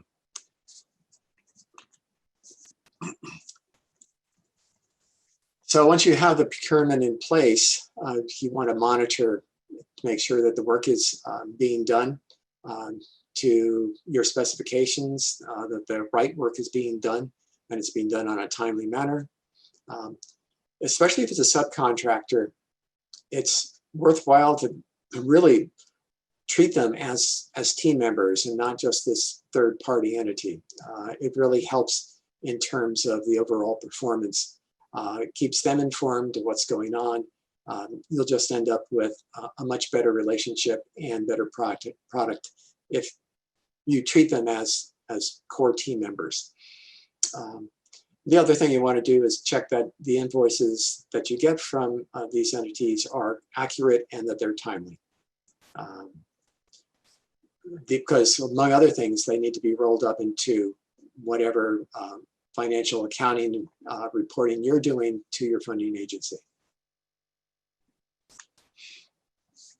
So that kind of wraps up the procurement segment. So I want to also talk a bit about risk, and I've titled this slide specifically as uncertainty management, just to emphasize that risks can be both positive and negative. Risks are uncertainties, and a major component here is the risk tolerance that you have, your organization has, or your sponsor has, because that really will drive a lot of this work. There are a number of risk factors to be considered and factors for assessing the risk. The first one is what is the probability of a risk happening, and what's the possible impact when it does happen? When might it happen during the time of your contract, your project, and how often would you anticipate that it occurs? You know, one that I've often encountered is having my funding dry up, kind of at the end of September, around the time of the government fiscal year, because Congress and the president can't decide on a continuing resolution. That can't decide on a budget to keep you funded. So that's something that could occur periodically. So there are kind of these 5 different stages of the risk management process. The first one is to identify the risk, and then to perform a qualitative risk analysis. And from there, you can perform a quantitative risk analysis, and that's too much detail for me to go into as part of this presentation. But there's certainly lots of literature you can. It's not rocket science, but I'll just go from qualitative in this case to planning your risk responses, and then talk briefly about how to monitor and control risks. And of course, this is something that you want to cycle through during the life of your project, because new risks will come, some will disappear, and you'll just want to update things accordingly. So looking through my archives, I've found this very nice template that I thought would be appropriate to share with you. So for the identification process, the first step, there are various ways you can do it, but 2 of the favorite ways is to have a brainstorming session with your team or other stakeholders. And the important thing to remember in a brainstorming session is that all ideas are valid, and that you don't want to start arguing about that idea being a stupid idea, because that's going to shut down the process. You can do that afterwards, but the purpose of a brainstorming session is to get all the ideas out on the table, and then you can sort from there, okay? Another one is to do a SWOT analysis, SWOT standing for strengths, weaknesses, opportunities, and threats. Your strengths and weaknesses are internal to your project or organization. Opportunities and threats are external to your organization and project. Construct a risk register and revisit it periodically. And among other things, give all risks an ID for easy tracking, but certainly you want to have a description. What's the source of that risk?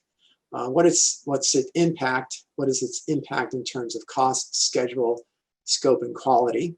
What is your planned response? And let's see. Also, indicate what your expected probability of its occurrence and impact. And so in my spreadsheet, I've just put generics risks 1 to 10 and put down some probabilities of occurrence. And you can see in our this particular spreadsheet, it highlights anything about 50%. And just kind of a generic impact from a scale of 1 to 10. You can use probabilities, lump them in terms of like 1 to 5, low, high, medium, impact, low, high, medium, however you want. This is a qualitative analysis, even though this looks a little bit quantitative here. And then this can get mapped onto a probability and impact matrix. And you can see that there some of the risks that I had characterized were very low probability, but very high impact. So in this case, it kind of put it in the yellow zone. There are 4 basic ways to deal with strategies for dealing with risks, and I'll go into each one in greater detail in a moment. But the 4 are: you avoid, you transfer the risk, you mitigate the risk, or you accept the risk. So anything that's appearing in the green, you might consider accepting it. And I'll go into more detail on that in a moment. Or there may be ways to mitigate it. Things that are in red up here, you might consider, is there a way I can avoid this particular risk entirely? And things that are kind of in the middle, in the yellow, you might think about either mitigating these or transferring them in some ways. So let me talk a little bit more about these strategies. The first strategy for dealing with negative risks is to avoid them. Change your plans just to eliminate the risk. One example is if you plan to use a cutting edge technology, that could be high risk. It might be high payoff, but it might also be high risk. So depending on your risk tolerance, you might decide to avoid it entirely and use a proven and older technology. And actually, this can be a factor in putting together a grant or contract proposal. I know that I did one years ago where we had a higher risk, high payoff approach, and the team with the more conventional approach ended up getting the contract award.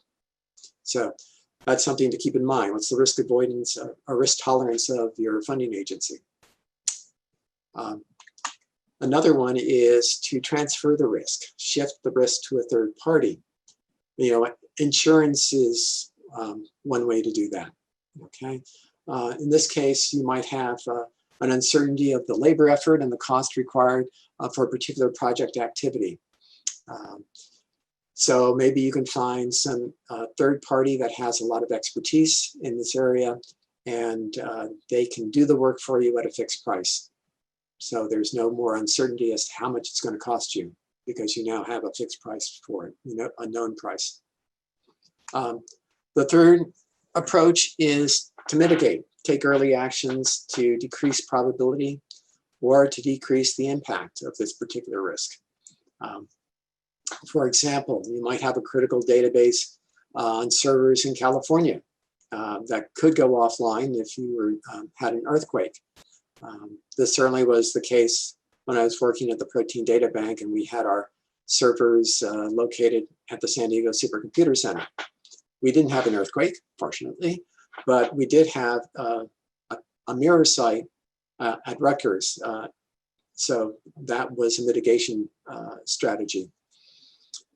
And the third one is just to accept the risk with no change to plans and decide that it's either low risk or low impact enough that you're just going to live with it and deal with things as they come up.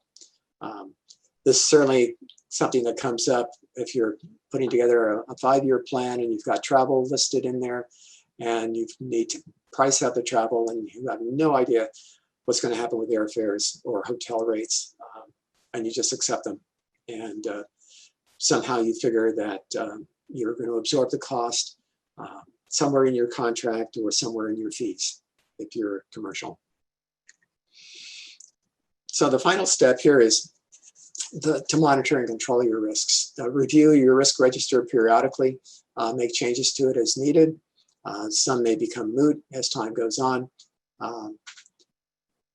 Continuing to assess the ongoing schedule and cost impacts, implement corrective actions as risks come in, and also be ready to execute workarounds. And workarounds are responses, unplanned responses to unplanned risks or unanticipated risks. All right. And with that, Carl, I'm ready to put things over to you. Okay, that sounds good. And yeah, I think, and one of the things that we're not going to be covering in any detail here, but one of the things that you can do, and especially in more complex projects, you should do, especially as we're talking about risks and trying to identify and quantify in some respects, or at least qualitative assess them, is to think about the critical path through the tasks for your project, and thinking about the risks along that critical path, where even a risk that may impact something in the middle of that critical path, if that were if that risk were to manifest itself as an impact to that activity, also thinking about how that risk propagates through the rest of your project. And that's where thinking about the risks and uncertainties in your project in the context of the relationships of your various activities to each other is a critical part of your thinking about how you're going to execute and potentially mitigate those risks. A story that I can talk about in the context of actually the project that is inspired the example we're using here is our current project for the Data Management Training Clearinghouse, in that a risk that we unfortunately did not anticipate or plan for was, as I described at the beginning of the workshop, this is a project that is basically focused on and enhancing the capabilities of the clearinghouse of training materials that are in the Data Management Training Clearinghouse. But the project plan was really built on working with the existing platform and enhancing that platform. Well, it turns out that about 4 months after the start of our project, it was announced that the existing technology platform that the clearinghouse is built upon would be end of life in terms of support about 4 or 5 months after the end of our 3-year project, which from a sustainability perspective in terms of being able to actually have the 3 years of effort in enhancing the clearinghouse actually live very far beyond the end of the project, that's not a very good example of being able to sustain the investments that were made if support for the platform we would be developing on was to go away a mere months after the end of the project. So in that case, that was an unanticipated impact that has had a significant impact on our development plan over the middle of the project, as we've essentially now had to integrate rebuilding the platform from the ground up as an additional task and another dependency that meeting our other project objectives, without which meeting our other project objectives will really not be possible. fortunately, through our partnership with ESIP, we've been able to actually work our way through that process. And as we approach the third year of the project, we're going to be able to meet our planned objectives. But that's an illustration of, in that case, an unanticipated risk that certainly had a significant potential for impacting the project's ability to meet its long-term goals. And just to amplify a bit what Carl just said, we've not really discussed critical path. I mean, that comes out of doing a network diagram, which I didn't go into. But a critical path is basically it's the shortest time possible to complete the project. So if you have something that impacts the critical path, it's going to do things to your schedule. Actually, you can, I believe you can get a critical path view in Project Libra. Yeah, this would probably be a good time for me to share my screen, and we can bring up Project Libra. Okay, we'll do that and share. Okay, so can you see my screen? Yep. And you may be seeing a gray box at one point on the screen. Let me minimize that, figure out a place to put the obscuring gray boxes so that they don't impact what I'd like to show. But yes, if we, for example, go into, and what I've opened up here, and this would be a good time to remind folks where to find these project files if you want to open them up in your copy of Project Libre and follow along and work with the interface as I demonstrate these various capabilities. The links to these files are in the shared Google Doc.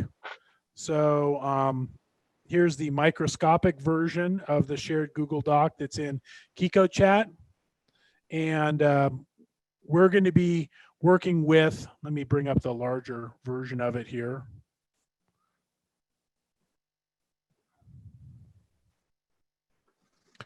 At the top of that shared Google Doc is the list of resources, and we're going to be looking again, as we did last time on Tuesday, we're going to be looking at the sequence project file. That's what I have open right now. And then we will finish up with the resource assigned, the final version of the project file in which the resources have been assigned to all of the tasks.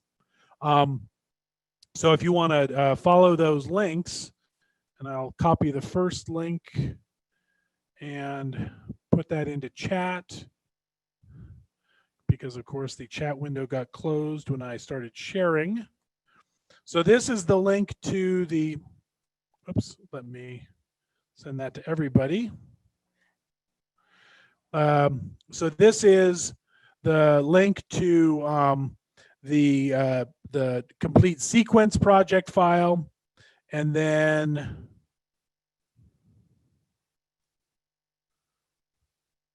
this is the link to the project file to which resources have been assigned. So you can follow along in Project Libre on your own system. But as Ward mentioned, the other views that we have available to us, so if I go into my task tab, you'll see over here in the views area at the left, we have our Gantt chart, Gantt chart view, which we've been focusing on throughout the workshop. But there are these network WBS and task usage views as well. So if we click on the network view, this is where we can see essentially an alternative representation of our path of our activities and their relationships to each other, and how they ultimately essentially define the sequence of events and their connections to each other. And if I zoom out,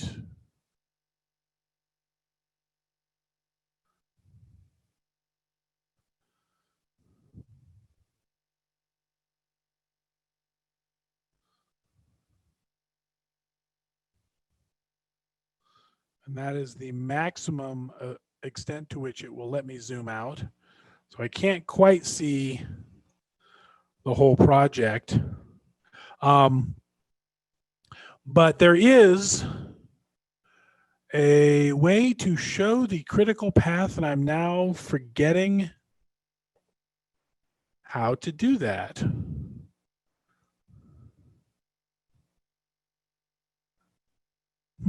I will have to double check on that. But this is one of those alternative views that show that represent those dependencies between the tasks and their sequence in time. And one of the challenges with this particular plan as it's been developed, in that there is not a single product that all of the activities culminate in. So there are a number of parallel tasks. And so in some respects, there's not a single critical path because we're trying to achieve multiple objectives. And it looks like in my sequence, I haven't actually connected my activities to those milestones that I defined up front as a part of the project plan.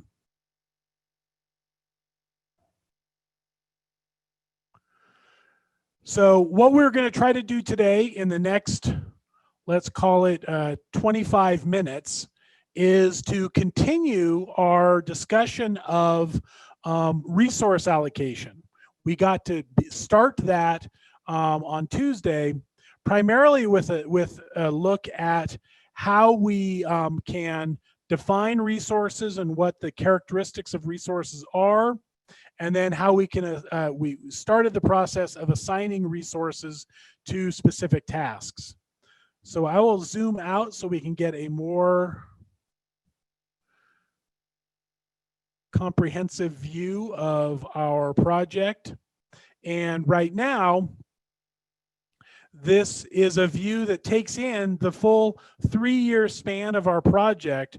But as I was noting before, there were a number of instances in which if we just sort of assumed that we had all of the resources needed to accomplish our tasks, and we had estimated the durations for those tasks, as we see in the duration column here, we would be largely done with the project by essentially the end of 6 months after the beginning of the project. But as we are as is often the case, we do not have access to essentially unlimited or fully dedicated resources that would allow us to essentially equate the number of calendar working days, the duration, with the number of labor days that are available, the number of days of effort that are available to work on the project. Often we only have pieces of resources.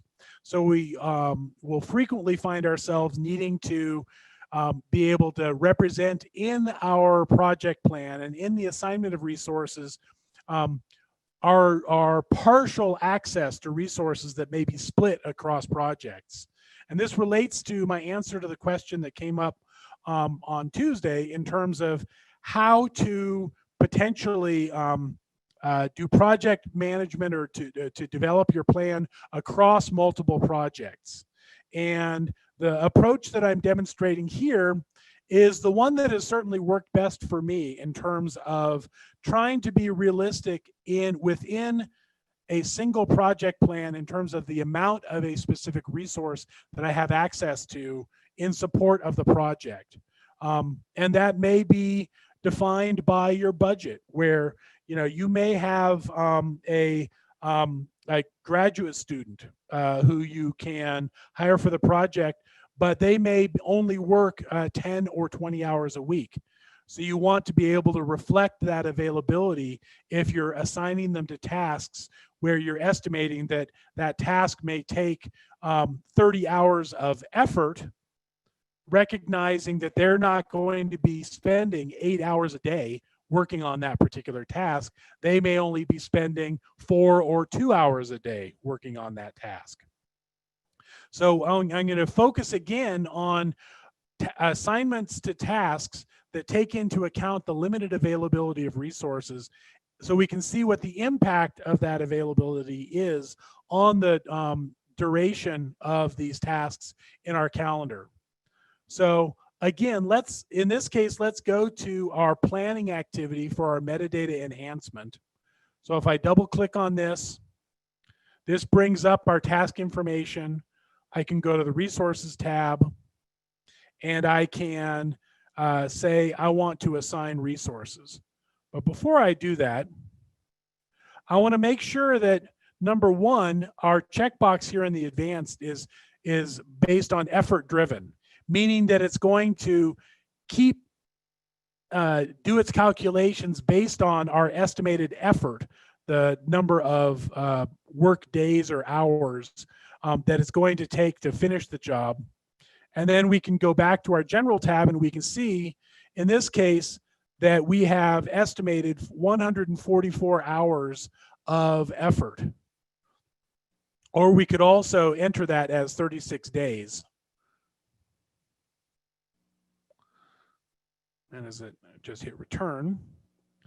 And so that translated into 144 hours and 36 days.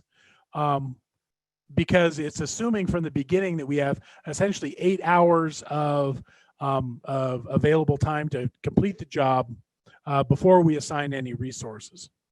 But now let's go ahead and assign some resources. So again, we go to our resources tab associated with the task, and we click on this button here to assign resources. And this is where we can assign percentages. And when you click on this units column, the only numbers you can add are essentially percentage values. You can't say my PI will spend 8 hours, my COI will spend 16 hours. It's purely in a matter of percentage, and it's a percentage of their availability. So if I say the PI will be available for 5%, the COI will be available for a maximum of, let's say, 10%.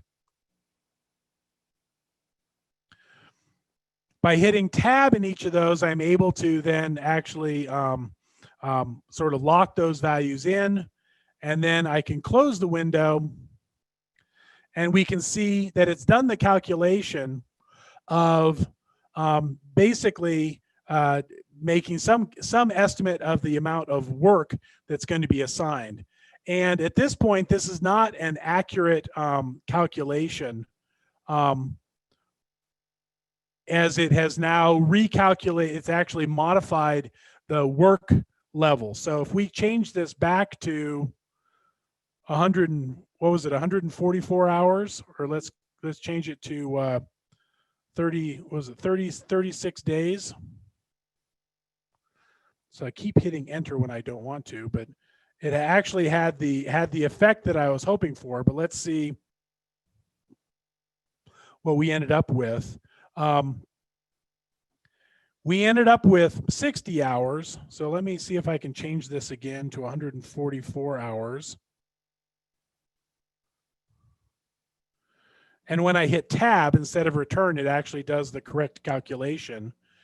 And if this is going to take 100 and now, as it rounded around doing its actual calculations, we ended up with 148.8. So at least we're in the ballpark now.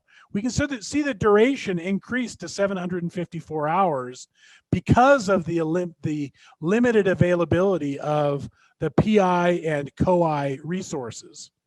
And we can see how that's reflected in the significant extension of this particular task on the calendar, from being only a limited number of days to begin with that would have been finished pretty much in the first month of the project or a little bit beyond that, to now take place well into almost the middle of the second year of the project. So this is where the impact of your resource allocations really can manifest itself in the estimation of your timeline or the modification of your timeline. And we can see here that it actually recalculated the allocation, and this is one of the reasons it spread it out so far, in that it allocated the bulk of the hours to the PI and not the COI. So the limitation of the PI was the leading factor in getting this calculation done. In practice, and this is one of the areas where just working with Project Libre through time, you gain experience with essentially the sequence of calculations and entry that you need to go through to be able to give you results that make sense. So you're going to want to, as you're starting to work with your project plan, go back and forth between your resource allocations and your time allocations. And in some cases, you can force it to essentially recalculate your allocations by actually unassigning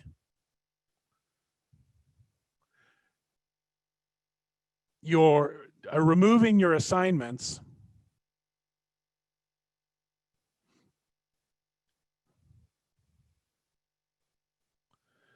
resetting your values here.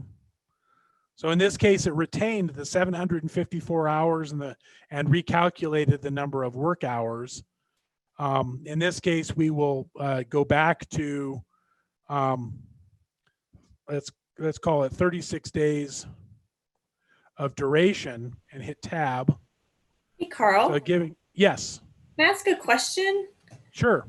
Because I'm a little confused about the percentages. So the 5% and the 10% that you added, was that the amount of time that person had to contribute to the project, or was that the percentage of the work on the project that they were supposed to complete? Because I imagine, those are both variables that you would need, right? Right. So this is the maximum amount of time of their available time that would be expended on this task. So you could actually have, and this often happens, you could end up having the same resource assigned to multiple tasks. And so the number that we're providing here is the maximum amount of their effort that they could expend on this specific task.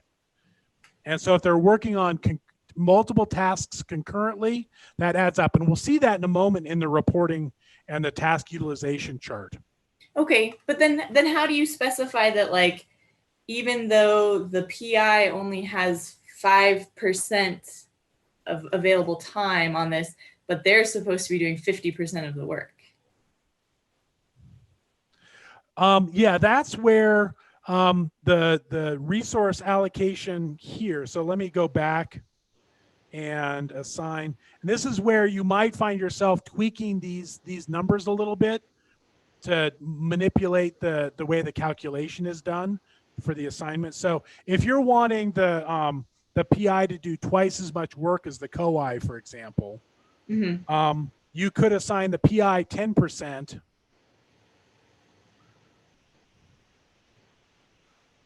and the COI 5%. Oops. 5%. There we go. Which in this case, because I think I may actually still have some settings in my resource that's causing my COI to keep getting assigned many more hours in this. Okay. But that's why you end up iterating on this a little bit as you work with the values that it's calculating and the values that you want. Okay. And so Carl? and unfortunately that ends up being sort of the process in this resource allocation calculation wash, rinse, repeat cycle that LibreOffice goes through. And Ward, you had something?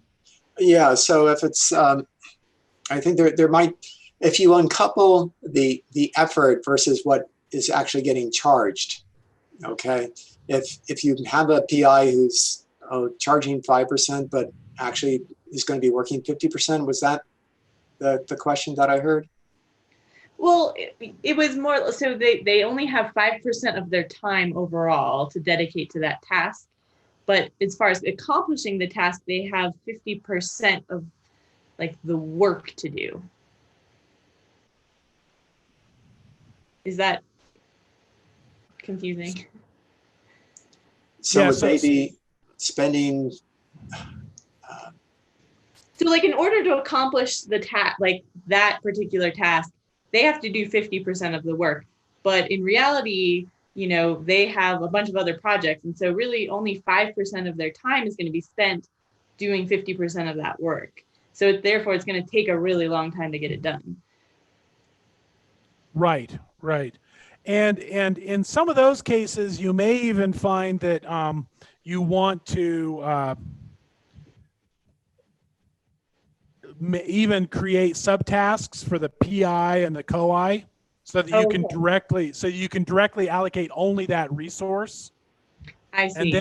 And then you're not working with the system's attempt to try to do this is the availability of the COI, this is the availability of the PI, and I'm going to take the most available resource and assign it to the effort.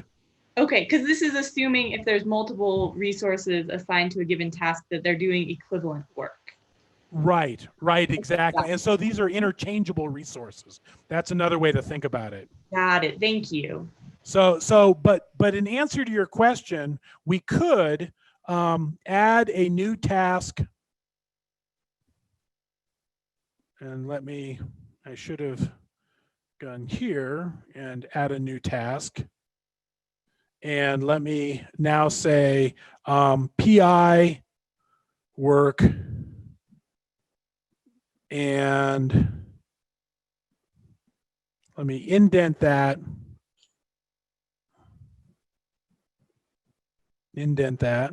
Whoops, there we go. And then I accidentally indented our implementation. And then I could have another line. Let me add another blank line here.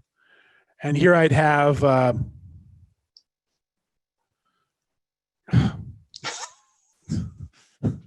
COI work. And now I could, within this planning activity, assign the PI to the level of effort for the PI. So this might be, 16 hours of effort. And then I can assign the PI to that at their maximum of like 5%.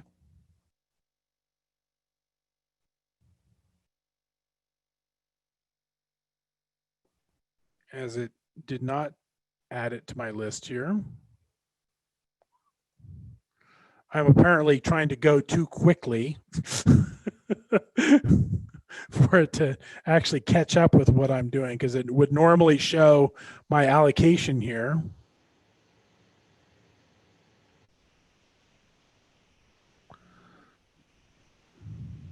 But I think I understand now. So that's where, if your resources are not interchangeable, you may want to break down your tasks so that you can assign a higher degree of granularity to those tasks. Because as you can see also, when I added these subtasks, the planning task itself became one of these black bars, which shows the duration of that entire task and its subtasks. Got it. Thank you. And that's sort of one of the nuances of creating your resources and assigning them, is figuring out what that interchangeability is or not. Because if you assign multiple interchangeable resources, that also potentially increases the rate at which the work can be done. So you might actually have 3 developers and that you could assign 100% to a task that would take 30 working days. So if you assign 1 fully available developer, they could get it done in 30 working days.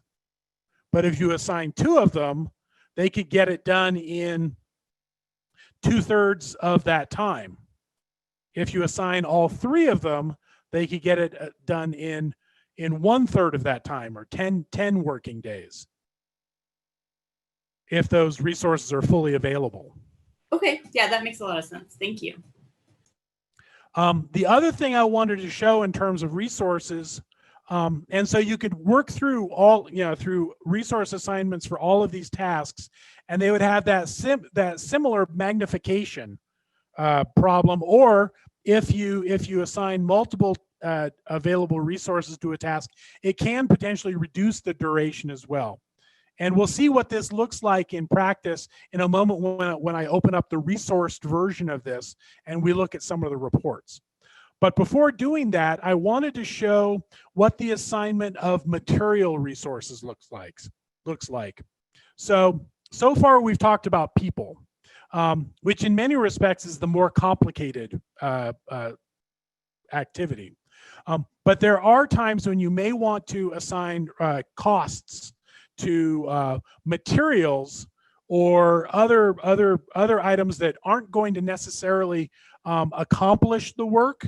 So they're not going to essentially work against that estimated effort, but they're going to facilitate the work being done.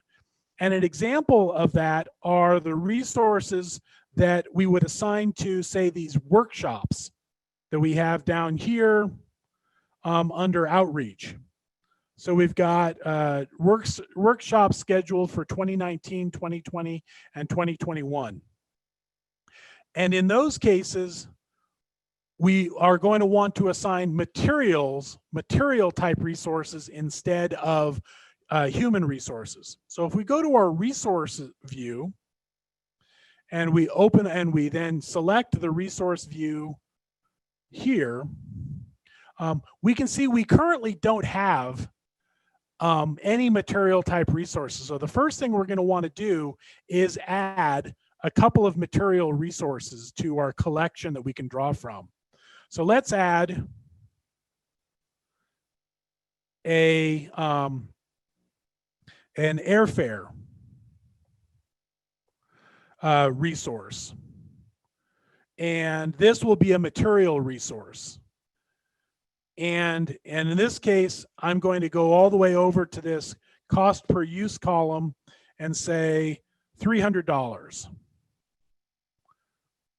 as a cost per use of an airfare resource. And I could go through the same process of adding it through the dialog box as well, where I can click on an insert button here. Whoops. Or just hit enter here and double click. And where is my dialog? Well, click on my information tab here, which should, it seems like I'm running into some of my similar interface issues that I ran into last time. So I can double click on an existing resource, but it's not letting me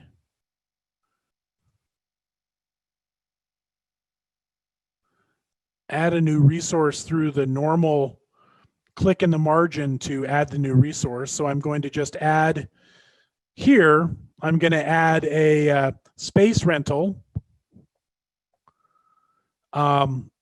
material resource. So I can click on the dialog here, and that might cost $1,000. Now it's letting me do it.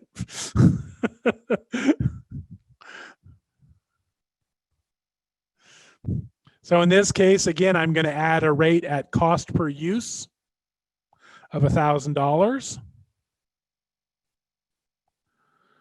And it's not saving it. There we go. Yeah, it's apparently just working very slowly. So you could continue to add some of these material resources that might be associated with putting on an event. We could add a hotel, hotel costs.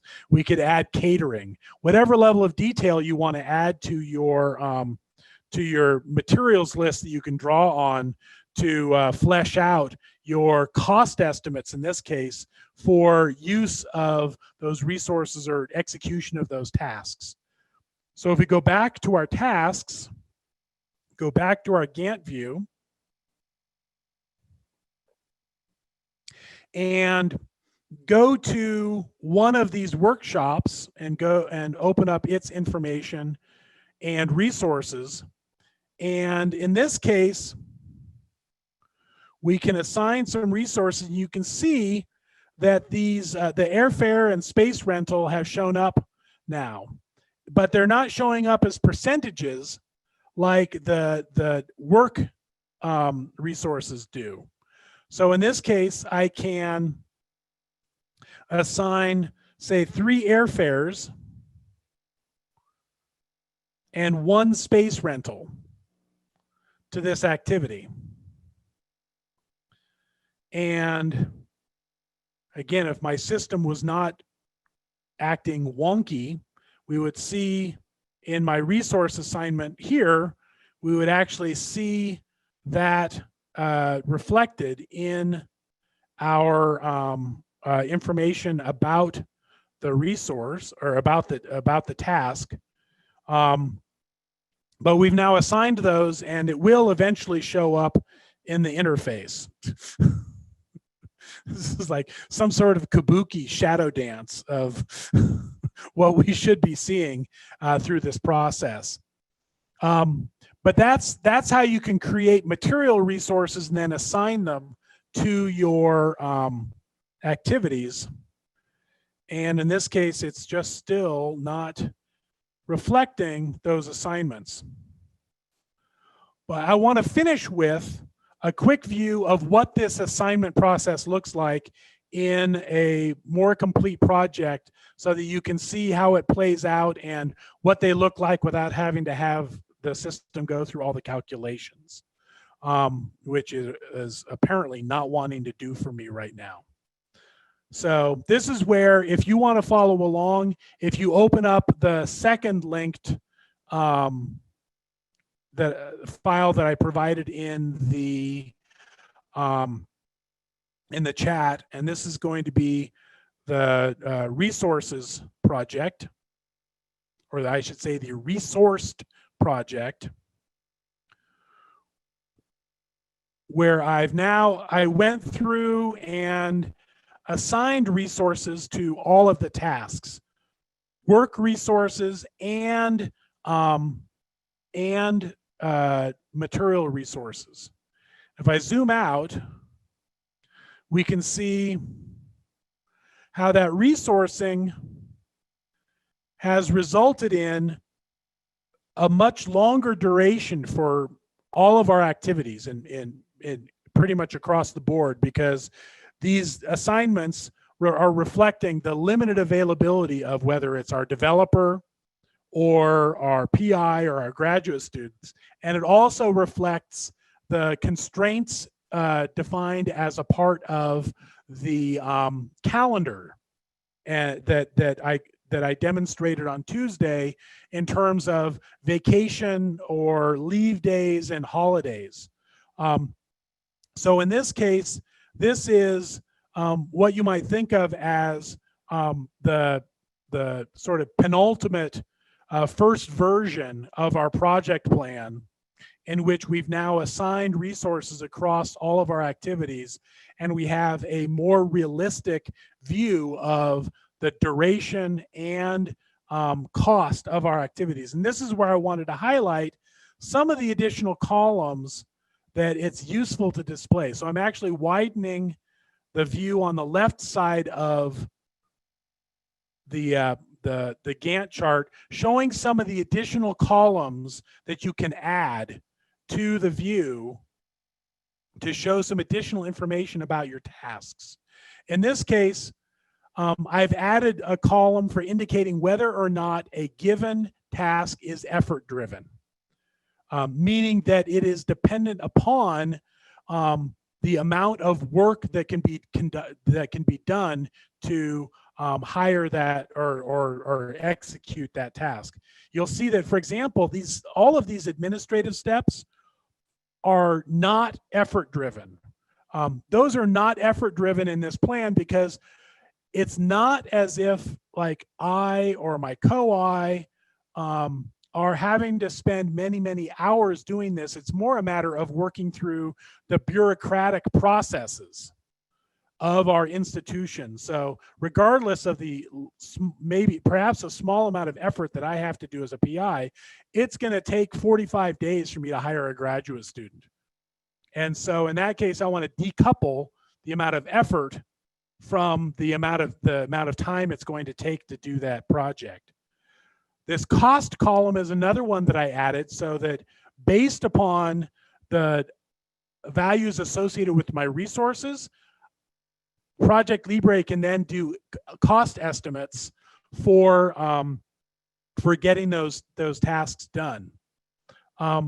This work column is useful for differentiating between the actual hours of work needed to accomplish a task, as opposed to the duration, or in this case, I mentioned last time the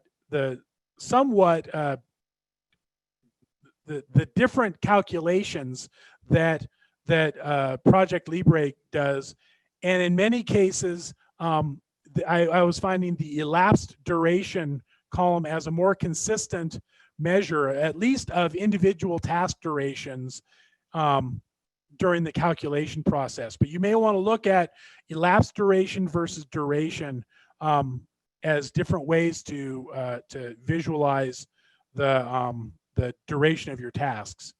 And then these are the start finish are the columns we originally saw that provide you the start and finish dates. The predecessors provide information about the sequencing of the different tasks with each other. Your resource names then provide you with the information about the resources that are assigned to those tasks. And then the work, again, is the number of hours or effort associated with those various tasks or subtasks. So you can mix and match the columns on the left-hand side of your screen to match your needs. But the last thing I wanted to finish with is some of the reports that we can see. Now that we have our resources all assigned, we can start to look at more detailed information about the allocation of those resources in the project. So let me scroll back up here a little bit. And you can get to the various, you can view the different reports in a number of ways. We can go to the view menu here, and you can see that there are a number of task views, resource views, and even sub-views available within the interface. We've already seen the Gantt and network views through our work today and in the previous days. We've seen the resources view. That's where that list of resources is found. But if we click on our resource usage view, this is where we can see a very detailed breakdown of the actual number of hours in different units of time for our resource utilization through time. And we're starting out here with the view for the PI, and these are all of the assignments for the PI and the times that the PI are assigned different tasks. And at the top is the total number of hours assigned in this case for each month. And then as I scroll down, I can see the same information for the COI, for the graduate assistant, the developer, our board. So if we want to be able to track our volunteer contributions through the work of our advisory and other working committees, and then some of our material costs here in terms of the utilization of, in this case, airfare, lodging, and registration for those workshops. So this is one view, so you can look at it numerically. But often we want to be able to look at it visually, and that's where these subviews can come in. And I'm actually going to go to back to the Gantt chart and bring up an example of charts associated with the Gantt chart. So this is where you can look at information about particular tasks. So I can look at my resource usage, and you'll see it's blank here in the bottom part of the screen until I choose a particular task, at which point it shows me the same information, but in this case it is limited to the actually in this case it's showing everything. But if I click on task usage, I can see now a task level summary of the number of hours for the search interface, phase 1, for the COI, the developer, and the PI. We can see the total, the duration, and then the numbers over here. We can also see a histogram of the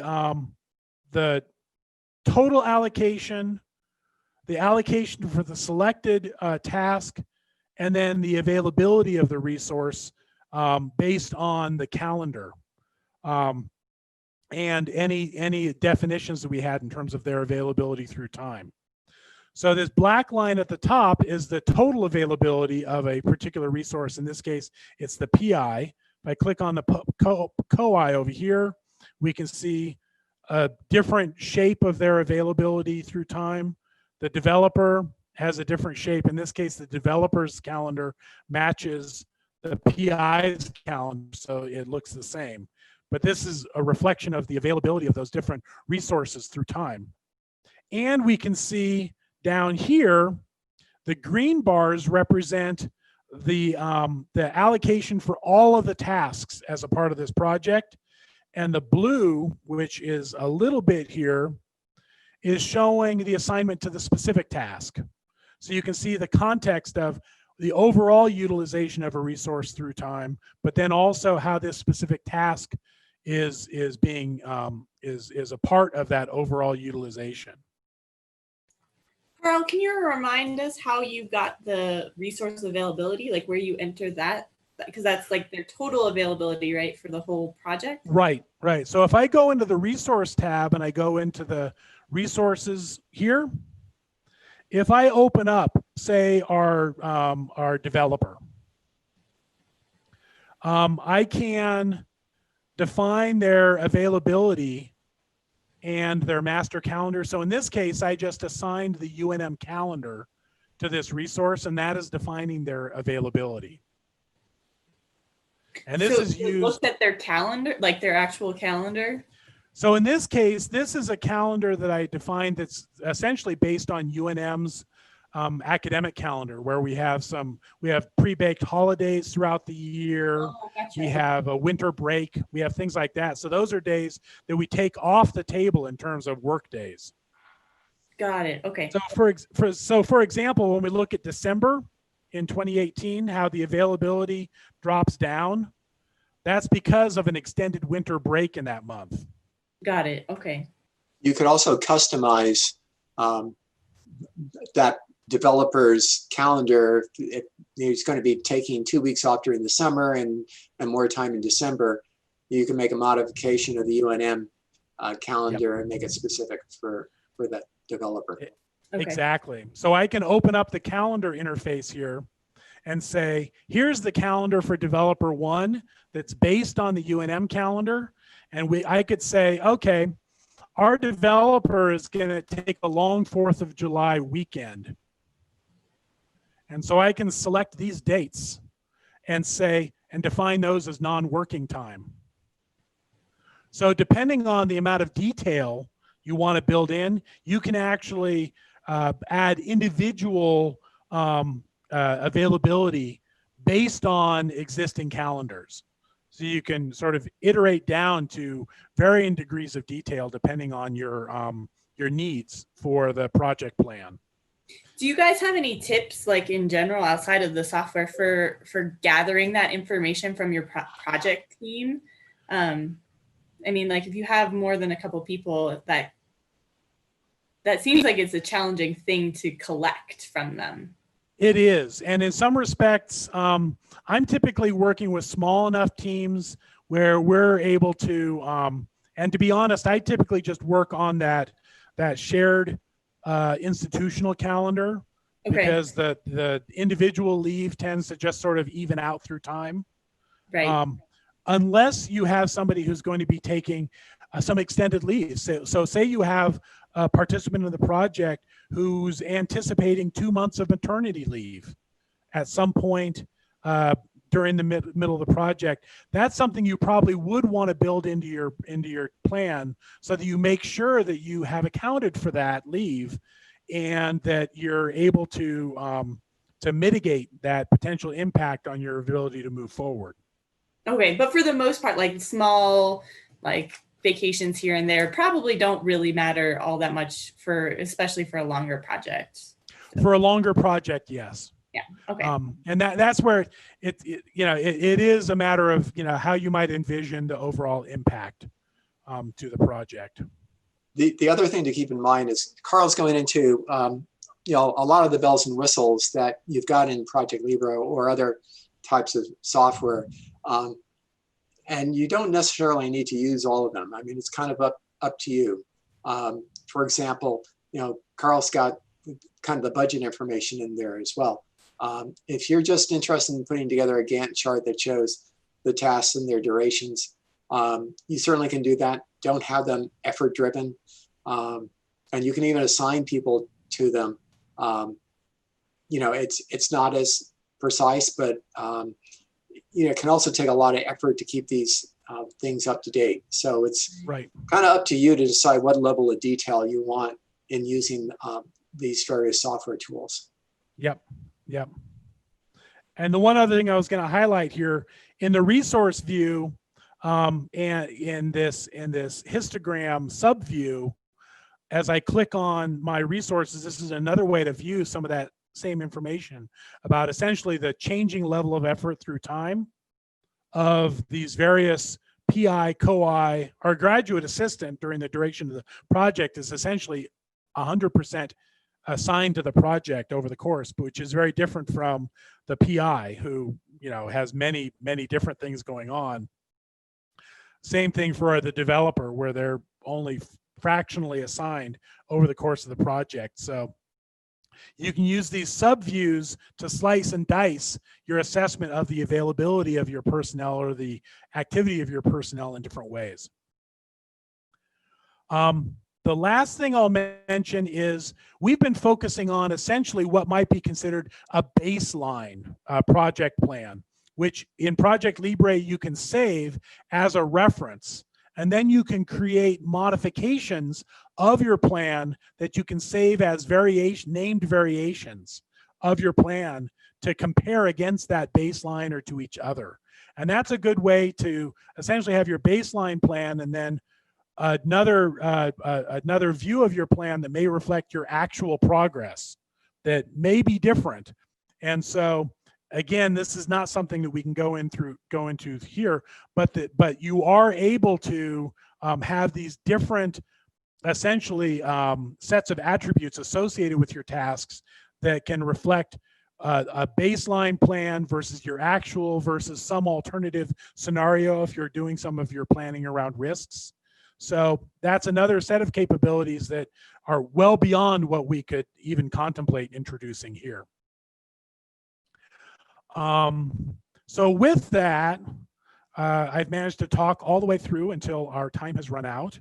But hopefully, Dan, if folks have some questions, additional questions, or we want to discuss your specific project plans, we have a few more minutes. Is that okay, Dan?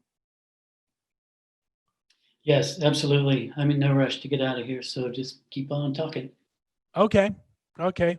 But given that we're at the end of our time, I wanted to thank all of you for your persevering through all 3 of our sessions and coming back. And hopefully you found this informative. And if you do have any follow-up questions, don't hesitate to reach out and ask us, as we're happy to continue conversations along these lines. But yeah, If this would be a good time. Go If ahead. you have feedback in terms of what went right for you and what we could do better, I mean, this is all part of our lessons learned. We'd love to hear from you. We learned a lot from Tucson 2 years ago, and we'd like to get more feedback.